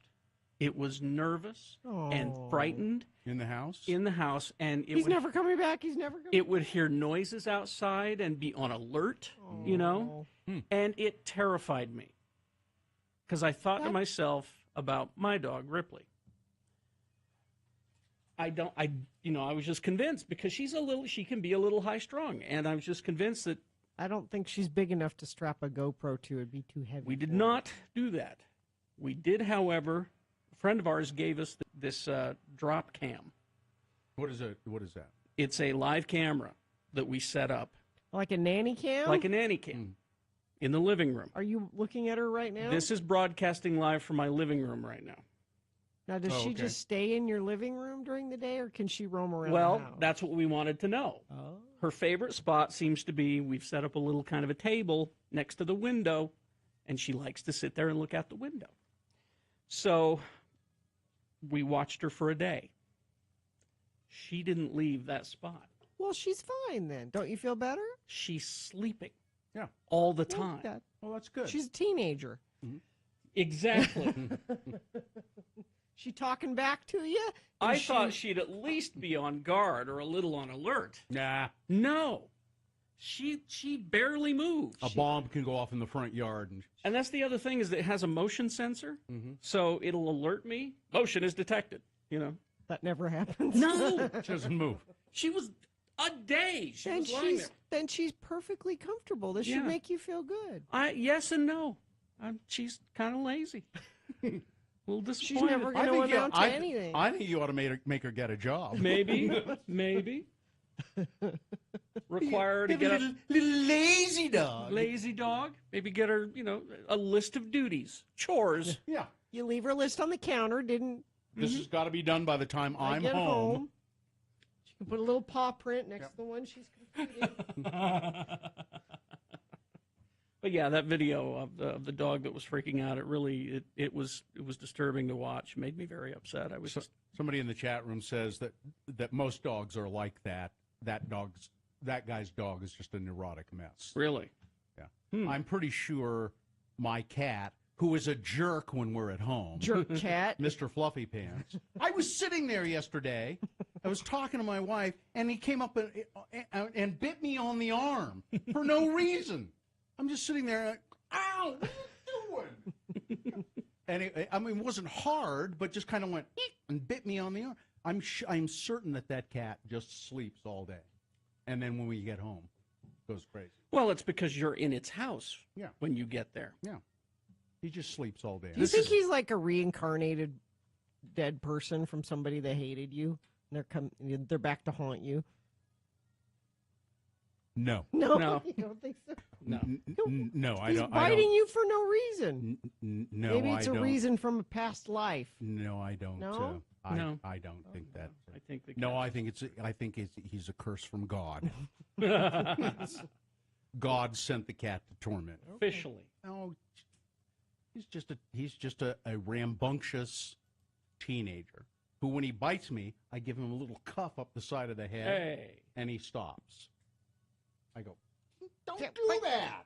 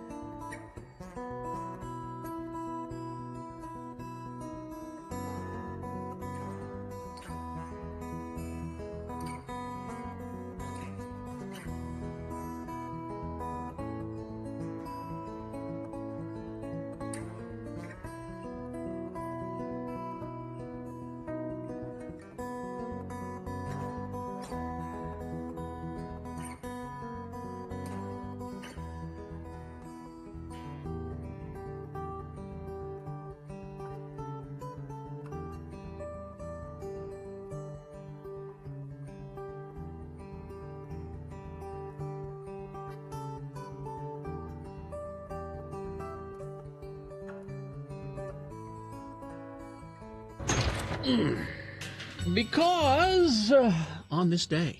In 1959, Jim Kerr, I he's think. Scottish. Singer, songwriter, leader of Simple Minds, was born. We could have played Don't You Forget About Me. You've heard that a million times. Mhm. I'm glad we played something a little different. What was the name of that one? All the Things She Said. She said. All right. It's a Simple Mind birthday. Yeah. So I was just looking at this menu for the Inland Cafe where I had the steak fingers. You would love this place, Gina. Yeah? Yeah. Cinnamon roll French toast. That sounds good. That sounds good. And they had a sign on the wall that said, "Beware of frisky waitress." Well, that's a little yeah, scary. that's uncomfortable. Is it a really old sign? I thought it was funny, okay? Did you comment to your waitress about did. it? And did she say, yeah, I wish they'd take that sign down? No, I said, "Are you the frisky waitress?" And she said, maybe the word wasn't frisky, but it was something like that. I think it was frisky. And she said, "It depends." All the things she said. She said. It depends. It depends. Yeah. Are you the frisky waitress? It depends. She was very nice. I bet she wishes that sign wasn't there. On the contrary, I think she put it up. She was. You think? Huh? She was a good old waitress, you know. She been there a long time? I think so. And very nice, really nice. Was her name Helen? Don't recall. That's what I think of, Somebody who's really nice and been there a long time. Yeah, I always think it's Helen. It's Helen Has for to be some Helen. reason. How did you feel about dining out on the road? Were you nervous? Did you just give into it and... Well, a man's got to eat. A man's got to eat. So there's not much you can do about it. No. He wasn't. You get over your fear when you're hungry? Well, I am a vaccinated person. That's true. So now we went to that place twice, and I didn't. The first time there weren't that many people there, and then the second time was sort of crowded. So it gives me a little pause, but Coming and going? But you have to. You ate there coming and going on your trip? No, on the same. Oh. No, we didn't stay in the same place on the way back because the motel we stayed in Baker City was not great. It was less than adequate. Oh. So we drove a little further and stayed in a new Holiday Inn in Ontario, Oregon, right, which is very close to the Idaho border. And because it's so close to the Idaho border, there are about 40 marijuana dispensaries in Ontario. Did you shop? I don't need to shop, Gina. Oh, that's I can buy what I need. That's right right. here in Salt Lake City legally. I didn't need to. They probably have a better selection. Yeah, I would think. I don't think they. I mean, I don't know because I haven't been to. You should have just checked it out. But They might have had something different that you haven't seen here. That you might have gone, oh, maybe that's good. I don't know. you don't ever know, do you? Not unless you go in. It wasn't the objective of my trip. Oh. To go pot shopping. What? It's just, taking in the local culture. I could have gone to That's what Helen was for. I could have gone to the Chinese workers' cemetery. It was very close to our motel. I think it was called the Chinese Workers' Cemetery. Baker was a railroad town, and a lot of Chinese people working on the railroad, and there were at one time lots of Chinese people in Baker, and they were buried in a special cemetery when they died. But at some point, they took all of the bodies back to China. The Chinese government. They wanted the families. The families wanted them, so they came and took the bodies back to the. I always found that to be a really odd. It's not that uncommon that bodies get moved from one place to a place that somebody thinks is more appropriate. Well, there are religious reasons people do that too. So. That might have which I something to still do with think it's really odd. I don't care why they do it. You just leave the poor soul in the ground. But there's a really, a memorial to all of these Chinese people who worked there and were at one time buried there before they dug them up and took them back to China. It's just odd. Let's see. We've got Boner Fight coming up. Stand by for that. To determine Boner of the Day, and then Boner of the Week after that. All coming up. Stand by. RanLife.com. Yes, RanLife, a mortgage company that I've done business with on more than one occasion. 2 for sure, 3 I think maybe. But you can refinance your mortgage with RanLife. Make sure that you're getting the best interest rate possible on the mortgage. Check with RanLife right now and let them go over your mortgage with you. It doesn't if you don't have to be a RanLife customer to give them a call and chat with them about refinancing. 801-478-4500. I've done a couple of refinances with them and saved money every time. RanLife can help you buy a home as well. They have, the real estate market is crazy, but RanLife knows, because they're a local mortgage company, especially, they know the ins and outs of what's going on here. So, RanLife, you can call them, 801-478-4500. There are experienced loan officers standing by right now, or go to ranlife.com. I was so angry What? Saturday night. After I went to the Warped Tour, I went to a party, and I think it was about 10 o'clock at night. I get home, and I'm out. I was out on the sidewalk. It's not important why. 10 o'clock, out on the sidewalk, and what do I see coming across the street? A raccoon, and there's a lot of traffic, and he's coming right toward my house. Yeah. And there's a lot of traffic, Yeah. and the lights in the car, and a car honked, and the raccoon kind of, like this, and I thought, God, hit him! I was hoping the car had hit him, but it missed him. Yeah. And he came, and I'm standing 20 feet away from him. Yeah. And he came running, and he ran, and I started yelling at him, and he ran right up my tree, the one that's in my front yard. I have a gigantic, Bill treed a coon. A 50-foot tree. Yeah, I treed a coon. I was yelling, you son of a... Get back here! Bill lives where the red fern grows. I was just so mad, and he ran up the damn tree, and they're everywhere. God. I think they've declared war on you. I think they have. Coming to get you. It's like birds have declared war on my wife. Raccoons. No kidding. Declared war on you. He stopped and growled at the car. I swear to God he did. Hi, Rose. Get away! Shake his fist. Roadhog. A little birdie finger. One of his little bandit hands, Bird finger. Their hands are almost human, They have them, But ran right up the tree in front of my house. God, that made me mad. What are you going to do? Did your wife lock you out again? You sleep on the porch. Was it one of those? No. No? Oh, why I was on the Why you were out on the front porch? I was taking the night air. It's farting. Taking in the night air. He's out farting. Yeah. I'll be back in a while, honey. I gotta go take the night air. He's right, isn't he? No. Taking the night wind. No. That's what it is. No, I wasn't. There's a breeze. Let me just put it that way. Man, I live in the city. I don't need this crap. You have to move to the country to get away from the coons. No kidding. It just drives me crazy. I tell you, we haven't had any raccoon problems since Van's dog, Chase, killed one in the backyard. And ever since then, they're gone. I believe that when I start trap, I should go home and set up a trap, because if I trap a couple of them, they kind of lay off for a while. Well, then that means you have to keep trapping them. I know. Got to send a message. I know. I got the trap there. I just haven't.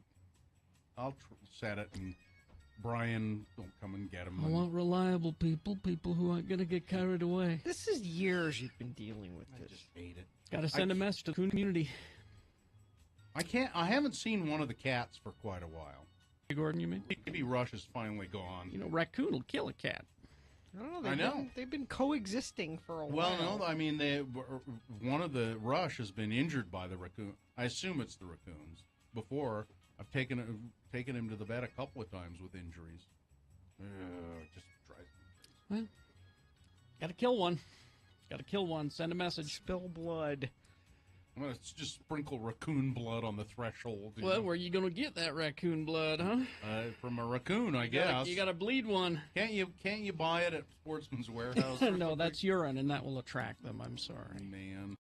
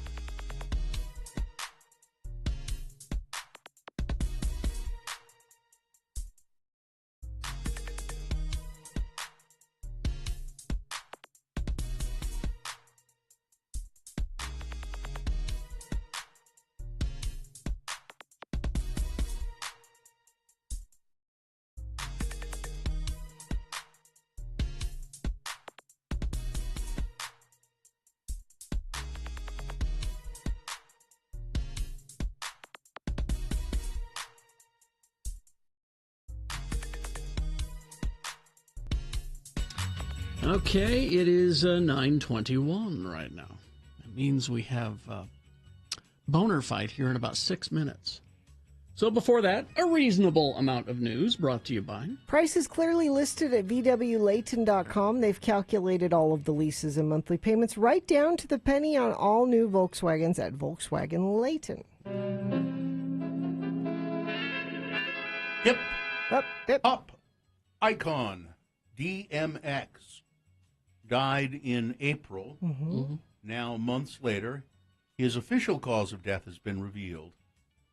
DMX died at the age of 50 from a cocaine-induced heart attack, which cut off the blood flow to his brain.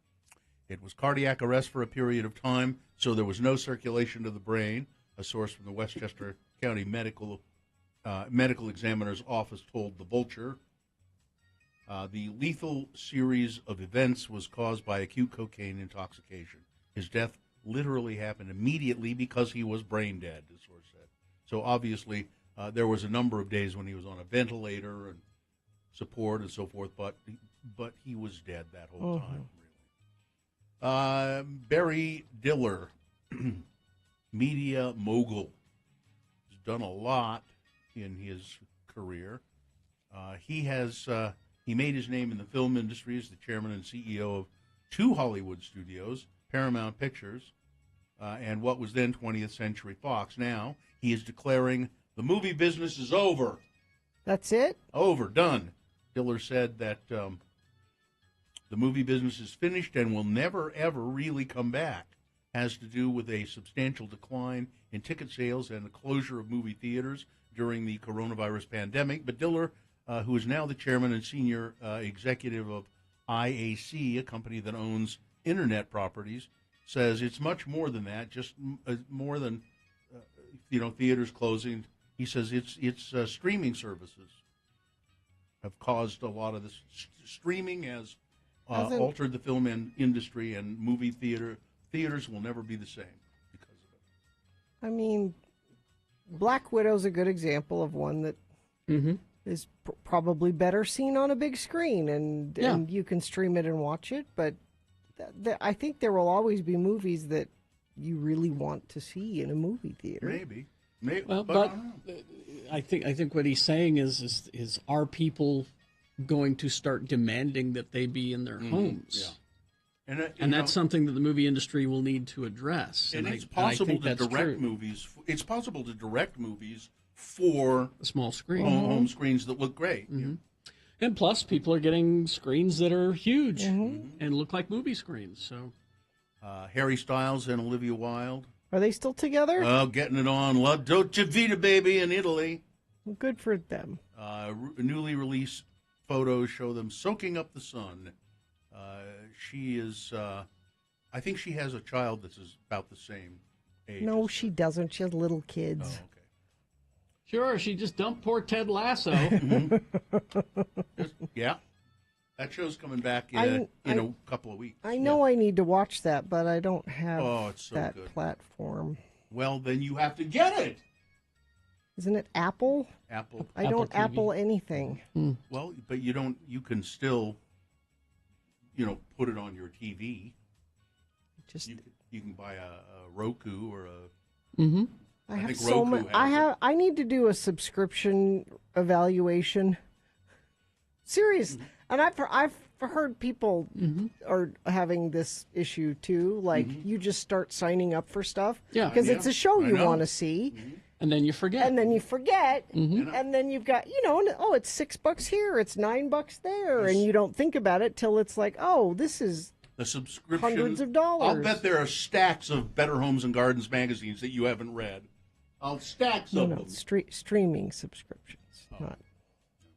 I don't subscribe to any publication anymore. The Federal Reserve Bank of Minneapolis is going to make their employees be vaccinated against the coronavirus when they enter the office next month. Good. I am for this. By the end of August, they must attest that they are fully vaccinated if they want to remain employed, said Neil Kashkari, the president of the Minneapolis Fed, which is a big, big, big business.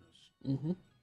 Let's see. Are we done? Or we have one more story? You could do one more. How about newly built mansion in the Hamptons? Holy mackerel. A Hamptons property on Duck Pond Lane hit the market for $35 million today. What do I get for $35 million? Well, it includes a $1 million TV. The just-built Southampton home is owned by developer Yale Fishman, president of Hamptons Luxury Estates. It comes with an elevator, an indoor movie theater that seats 12, which is in addition to the outdoor $1 million TV. So apparently it's a special TV for showing stuff outdoors in any condition, and it was very expensive to do that. There's also a gym with a Peloton bike and a Peloton treadmill. The $1 million TV seats 12 around an outdoor fire pit. It's 18 feet wide and 8 feet tall. You watch Black Widow on that? Yeah. No kidding. It's hydraulic. It comes out of the ground. Even better. Yeah. Nice. It's Boner Fight, the final round. Here we go. I was just looking. We're not invited to that. No place. No. This is the final fight here, and then we're going to do Boner of the Week after that. The final fight between the two Boner candidates that were selected today. In the 7 o'clock hour, y'all voted for this one. I shot in that direction because he never leaves. The West Jordan landlord arrested after firing shots into his tenant's bedroom because I guess the guy's not paying his rent. And the landlord said, I know he's always sitting in that chair. I'm going to shoot through the wall. Well, the tenant had in fact left, and so was not hit. Going up against number 2, I just followed the sexual voices. A naked man in Washington County. What he did was he was pumping gas into his car and started hearing the sexual voices. So they told me to take off all my clothes, climb over the fence, go through the doggy door of the house next door to the gas station, and look for sex, which I did. Methamphetamines were also involved, I believe. Yes. That's number 2. All right. You've got to decide of these two candidates which one is the worst. Which one should be Boner of the Day? 1 or 2? Remember your candidate number, the one that you think should win, and put that single digit in the message of a text. Then you text that to 33986. Or you can call the producer's booth, 877-602-9696. Use your voice to vote. Or go online, x96.com. Look for the box that says Boner Fight July 9, 2021. Vote there. You probably won't see that box right away, so refresh your internet browser and it should appear so you can vote right there online. All right. You have until the end of these messages. We have about 4.5 minutes, so let's go. It's Boner of the Day. enjoying a delicious piece of German chocolate cake pie. Exactly. That's kind of weird, Travis. This is Travis the Pieman here. Hi, everybody. German chocolate cake pie. Exactly. We have an official pieman for the Radio from Hell show. Gina, by the way, I brought you your pie. Oh, It's a pie in a box. it's the McDonald's. Baked It's the apple. pie that she will eat. We know she'll eat that. It's You're the missing one, out. It's the one thing I have in common with Donald Trump. Missing out. This is delicious. It's delicious. It really is, Travis. And also, Gina, since I couldn't get you pie, I got you something else. What? Well, you got me pie right there. See, Travis has got an. Oh, did he? Yeah. Yeah. Travis has been making stickers. Remain seated podcast stickers. Uh-huh. I Got the love graphic it. offline, was able to kind of jury rig a Aw. setup for it. So you've got some for the computer, for the laptop, for your car, whatever you want to do. I love it. Thank you. Travis, is it an Etsy store? Or where Yeah, is it's an it? Etsy store called Pieman Graphics, or if you search Pieman Graphics on Twitter, it now pulls up links that'll take you right where you need to go. You know, Gina, that those stickers have beard hair in them.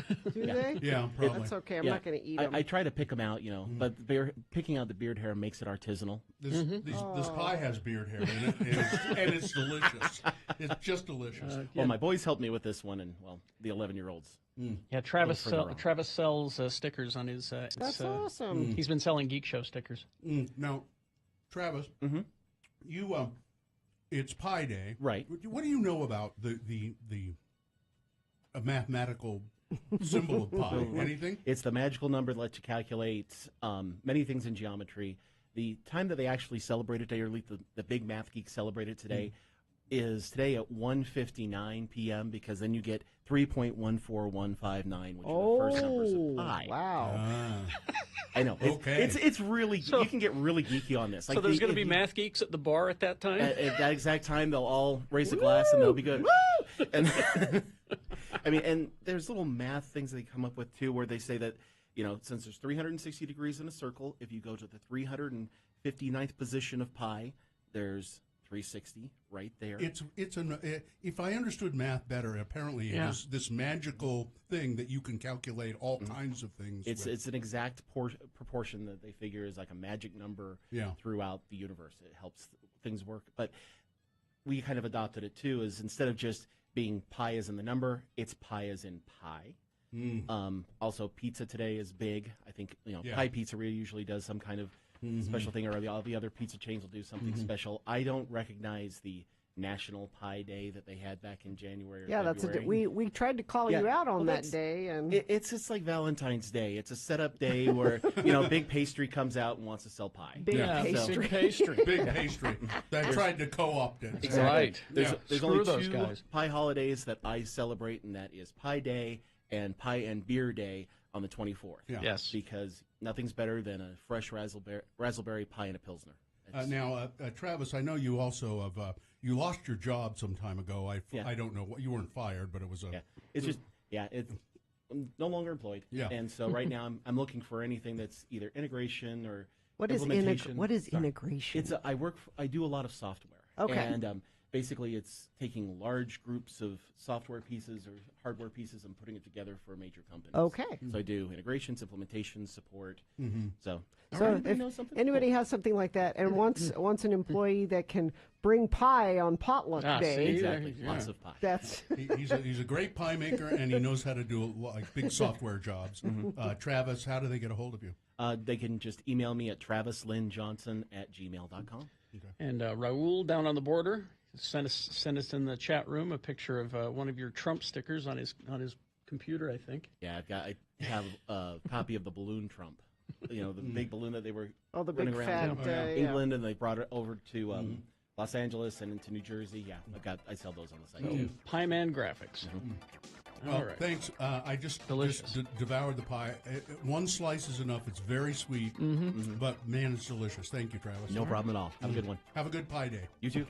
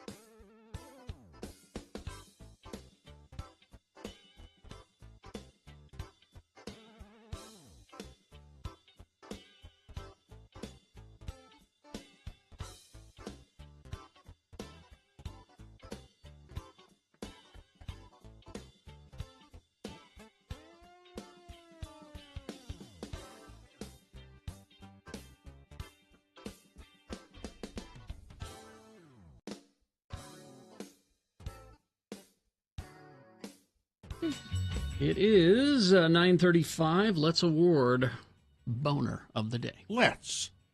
It's brought to you in part by tomato basil pasta and a lovely green salad. And X96 welcomes Flogging Molly and Violent Femmes to the complex on October 19th. We've got a bunch of free tickets up for grabs in the Summer of Free Tickets. Listen at 8, 2, 5, and 9 to win. Close race. Really? Yeah. So number one, I shot in that direction. There's a guy shooting his gun into his tenant's room because his tenant isn't paying the rent. Well, of course, the best way to handle that is to shoot through the wall. Yeah. In hopes of hitting him. Mm-hmm. And the guy said, I thought I would hit him because, well, he never leaves. He did leave. And you're not going to get your rent that way. That's what I don't understand. And then that went up against number two. I follow the sexual voices. It's a guy down in Washington County who was hearing the sexual voices brought on by meth, I believe. And he took off all his clothes, climbed over a wall, and went through the doggy door of a house looking for, the sass. Separated by only 6 votes. The winner was Boner candidate number 1. I shot in that direction. There you go. That's your Boner of the Day for today, July 9, 2021. It is now qualified to be Boner of the Week. And that'll be decided by Dave the Flower Guy in our next break. All right. Let's see. Let's get this going. The following is a sponsored feature. And let's go to Phil. Phil Wright, how are you? Hi. Phil? Phil. Oh, Phil. There he is. Okay. Phil, can you hear Hi. us? Yes, I can. Sorry, I had you on mute. Oh, I see. Well, that'll never work on the radio. That's embarrassing, Phil. So, Phil, let's cut right to the chase here. Of the out at the Utah Motor, what's it called? Motorsports Campus. Motorsports Campus. Correct. You're going to have this taste of Utah. Let's cut right to the chase. What's this French fry tasting? Yeah, what's up with that? Tell us about that.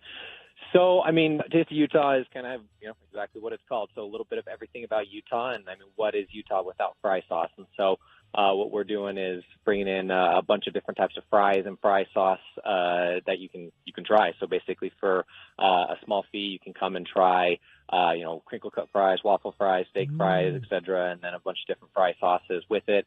And then you're able to, decide which one is you think is the best. Now, are these provided by just? They're not specific restaurants or anything like that. It's just. No, not this year. This is our first year event when we did try to get that together, but unfortunately we weren't able to get enough kind of participation. So, at the moment it's just kind of generic. But, hey, I mean, maybe a restaurant will pick it up. Now, I'm a little confused. Is it the quality of the fry or the quality of the fry sauce that we're judging? Or both, maybe. Well, the fry sauce specifically is what we're going after. So this is more just the unique thing. But I got it. It's a vehicle to get you the fry sauce. I got it. Okay. Well, that's only one part of the things that are going on. Probably a small part of what's really going on. Yeah. So we could just give you a cup of fry sauce and let you use your finger, I guess. Yeah, sure. But tell us about the Taste of Utah. What's going on with all of this? Yeah, absolutely. So it's our first year holding it out here at UMC, and we're really just kind of wanting to help a lot of local businesses get back on their feet. We've got over 30 local vendors, varying from, selling clothing to jewelry to just local companies that have their mobile booths and stuff. And then we've got a bunch of different food vendors coming out, over 15 different food trucks and food vendors. And so we're wanting people to come out and taste Utah, see Utah. We've got food vendors all the way from Logan, some from Cedar City. And so we're trying to represent a lot of different areas of Utah so people can truly taste Utah. And then we've actually decked out our area here at UMC to look like I-15 and I-80. So we actually have stops along I-15 and I-80 where you can stop and be in Moab or Provo or Salt Lake City. And we're going to have like fun facts about the city. And we're really just trying to make people want to get out again and realize, how great Utah is and support the state. Got music going on as well, right? We do. We've got live music. We've got 4 or 5 local artists that are here in Utah. We've got skydivers coming in from Skydive Utah.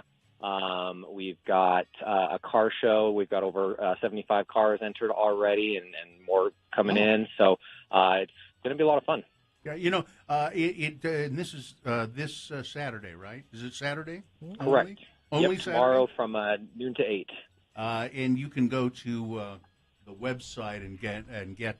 Now, do you need a ticket to get in, or how are you handling? Yeah. So exactly. So to speed up the process, since we are a motorsports facility, we do have to have a waiver for everybody. So Mhm. we're requiring it's a free ticket, but the ticket basically has your waiver on it, so you can get that on our website at UtahMotorsportsCampus.com. Okay. And they're free. So And there's a chalk art contest, as you said, Correct. a car show, and your website is more specific than. See, all we had in our stuff it says a French fry tasting contest. and it's no, French- it's not it's that. fry sauce. It's a fry sauce Yeah, completely tasting event. So that sounds great to me. Also craft beers, local craft beers. Oh yeah, I forgot the most important part. You We have, buried the lead 25 local craft beers. Yeah. So- 25. Yeah. Isn't it astonishing that Utah, a kind of people think of us as teetotaler state, and this explosion of craft beers over the last 5 or 6 years has been astonishing. So it's amazing, and it's great to be able to let people try all of them. I'm looking at your website right now, and I'm sure you can come out and go on the go-karts and do all of that as well, right? Yep, we got the go-karts open, our Fun Depot, which has archery tag and Nerf gun wars and such, and then we also have some bike racing and car racing that'll be going on the track. So, I mean, there's no shortage of entertainment. I get. It sounds almost. You're going to get overloaded with entertainment when you go out there. You've been denied it for a long time. This will be a good place to get back to it. So a reminder: the tickets are free, but you have to get them on your website, right? Correct. All right. Okay. Go to UtahMotorsportsCampus.com and print up your tickets and go out there tomorrow. Gates open at, it looks like noon. Am I getting that right? Yes, that is correct. All right. All right. Thank All you, right. Phil. Thanks, Phil. Thanks for talking with us. Yeah. All right. Talk to you next time. All right. We'll award Boner of the Week and crawl towards the exits after these. Stand by. Many.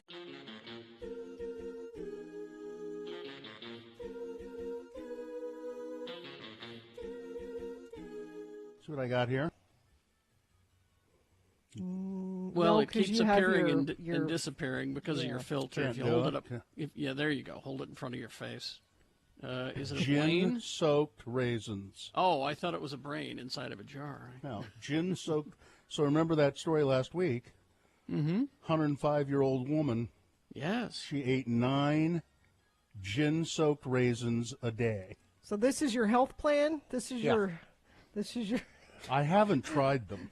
And they specifically, they were golden raisins. Of course. So I bought some golden raisins, and I put them in this and then covered them with gin. They've swollen up quite a bit. They're swole with gin. I haven't dared try them, though. Swole with gin. So am I, as a matter of if they I like that this is your new health plan. This is smells ginny. Mm-hmm. Should I try one? Let me You're see. frozen. Your though. picture froze, but Yeah. I'm have to take your word for it. It says looks. Oh, there I'm back. So let me just try one. See. No, you're not. I'm not back. Well, I'm back as far as I'm. There you are. Now you've frozen again. Okay, let me just try one of these. Okay. Maybe this is the universe telling me, "Don't do it." One gin-soaked raisin. One gin-soaked Yeah. raisin. I wonder how she came to 9. I don't know. Do you think she experimented for a while, and she went all the way to 10 and went, nope, 10 is too many. The 9 is the right amount of gin soaked. It's pretty nasty, actually. Really? Yeah, it's even not. even with the sweet golden raisins. Yeah, they aren't sweet anymore. Oh. No, I just ate some of the raisins on my cereal yesterday, and they're quite sweet. But yeah, no, they're not sweet anymore. I just Googled gin soaked raisins. Yeah. There's all gin soaked raisins for arthritis. Gin soaked raisins recipe. Now, Bill, maybe there's a recipe. You didn't follow a recipe. No, I just poured gin over them. Cheap gin. Let me see. Is there something you're supposed to be Let me doing see to what the them besides recipe that? is. Isn't that interesting? Yeah. Let's see. Hold on. Okay, I'm holding. Holding. Am I back? Oh, well. While Gina searches this, let me remind you, a quick reminder, that Red Roofing Ogden Homeless Drive ends today at 4. Giving all their stuff to Lantern House. You can drop donations at 2772 H Avenue in Ogden. Thank you, Roman. Now, here's the recipe for gin-soaked raisins. All right. You need 2 cups golden raisins. What? Okay. 1.5 cups gin. Okay, to cover them. Put raisins in jar or container and cover with gin. Let soak for 1 to 3 weeks. Oh, there you That's go. part of the problem. You gotta let them sit longer. Keep in a cool, dark place, then eat 9 a day. This recipe says have I don't know. 9 I'm a having day. I'm having flashbacks of turmeric and pepper. You know? I mean, yeah, probably. But Bill, I think you didn't let them soak long enough. I think you need to. I just ate one. I'll leave them in the jar and leave them in the refrigerator here Till next week. Yeah. Well, 1 to 3 weeks. Do we want to go longer? That's Probably what it want says, to go longer. 1 to 3 weeks. Well, I won't. I'll wait till next Monday and try them again. Okay. And I like gin. Cheap gin. I like There's cheap all. gin. What are gin-soaked raisins good for? How long does it take for gin-soaked raisins to work to cure arthritis? Now, are you supposed to eat them or like put them in your ears or something? Cure arthritis. It's going I to like cure the way your they put that. arthritis, I'm too, sure it Bill. will. Cures it, yeah. God, I hate the internet sometimes. Well, What, Carrie? There's the, all these. most of the time, actually. Do gin-soaked raisins really work? No. Sorry. Oh, I'm sorry. Well, Carrie, listen, how do you know so That was a fast? burp. That was a burp. is what listen, that was. a 105-year-old woman. She's been doing it all her life. Mm-hmm. I think maybe That's all it takes. That's yep. Is one 105-year-old woman. That's all it takes for me. Takes. I smoked a cigar every day of my life, said a 105-year-old woman. Yep, there you go. That's all it takes. Mm-hmm. Yep.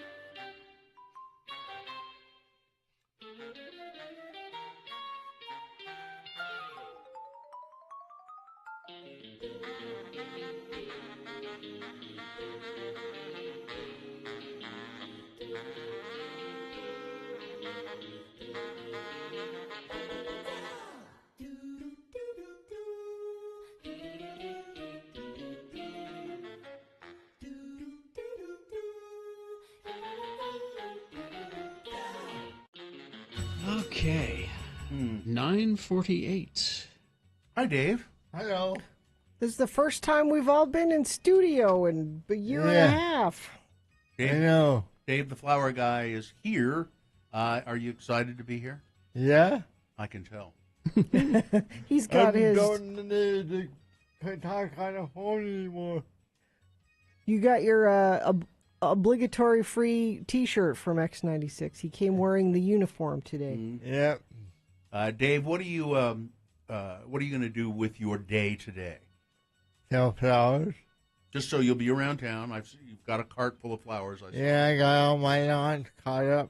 So, So you don't have to mow any lawns today. You're just going to sell flowers. Yeah. So do you just go around to places you know where they've bought flowers from you before? Yeah. Like offices and places. Uh-huh. Yeah. And there are nice people out there, aren't there? Yep. Yeah. And those are beautiful flowers, by the way.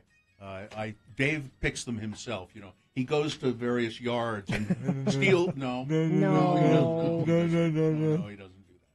All right, are you ready to select Boner of the Week? Yep. We only have 4 candidates.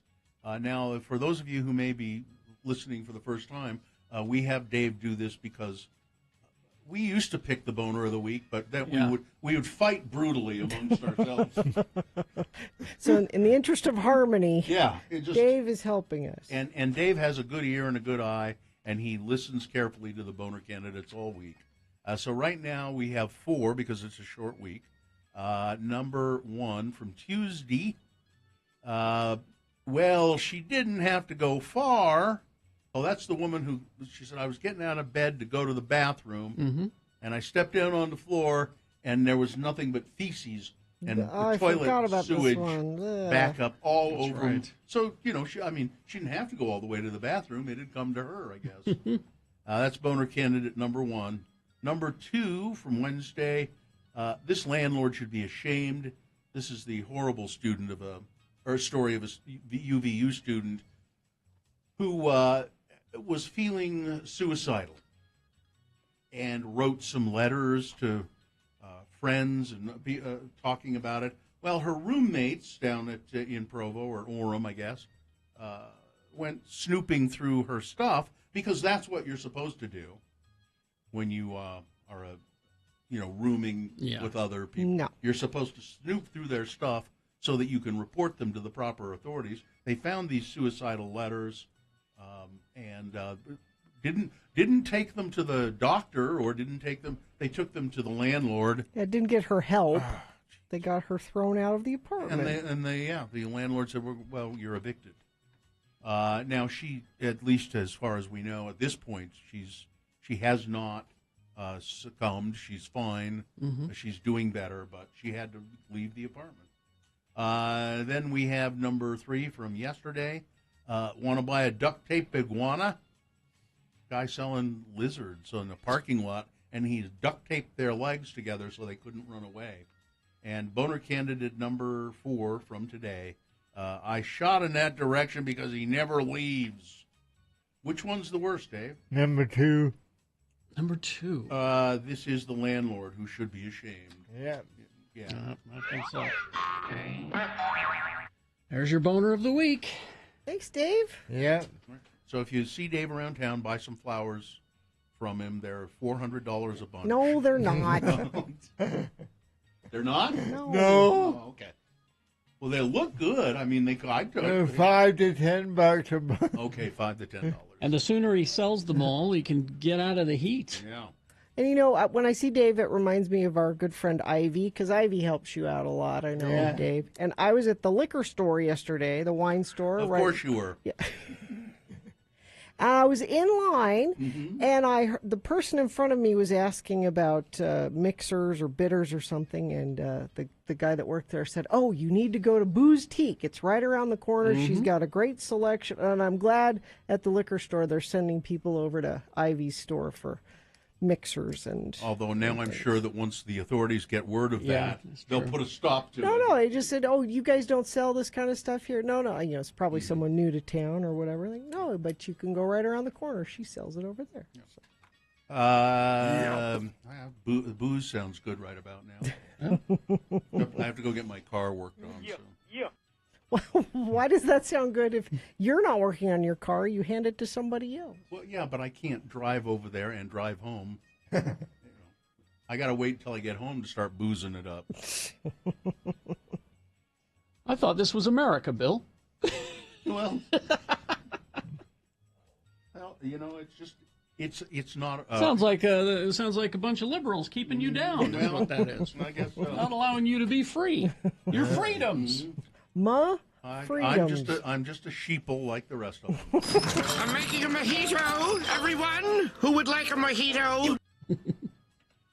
Need booze. Let's see. Did we get all business? I think so. Yeah, we'll remind you that Taste of Utah Festival is happening tomorrow out at Utah Motorsports Campus, and that we had some more information in interviewing Phil. Was you have to go to the Utah Motorsports Campus website and just print out a ticket. It doesn't cost you anything, but just print that out there and go out there tomorrow. Yeah, have some prize loss. Now, this came in a little late, but maybe next week we could get to it. What's that? It is here. Let me find it. It is a list. Okay. See how I perked up when you said list? See. Yeah. And it's called When Is It Okay to Speak to the Manager? To ask to speak? This is handy, Carrie. There are 11 scenarios that they present. Because it's okay sometimes. Sometimes it's okay. That's interesting. Usually we overuse that. So you never ask to speak to the manager. No, I don't. So I will save this for next week. I, on the other hand, any store I go into, I'd say, I'm not bothering with you people. I will only deal with the manager.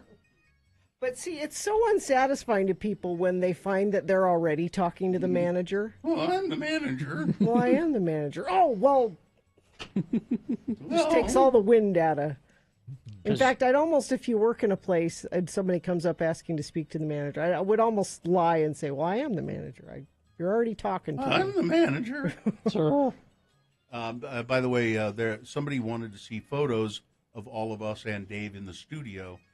Katie took a photo and has published it. I think it's on Radio from Hell Facebook page and Twitter and all of that stuff. All of us together in the studio for the first time. Mm-hmm. In a very long time. You can see Carrie's painted toenails. Is it full body? Yeah. Never full body. Katie, from now on, it's strictly the shots. That's why I was hiding behind Dave. Yeah. No more full body shots. Yeah. And if they are, then they're from above. Yeah. You hold them up there like that. And you... Now get out! Out! Out! Out! Out! Out! Out! Okay. Body blow. Let's see. I think we're good. All business. Fine job, Katie, as always. Thank you. Live long and prosper, bitches. Don't you know who I am? How do you like your wampus? Caddy. Corey is next.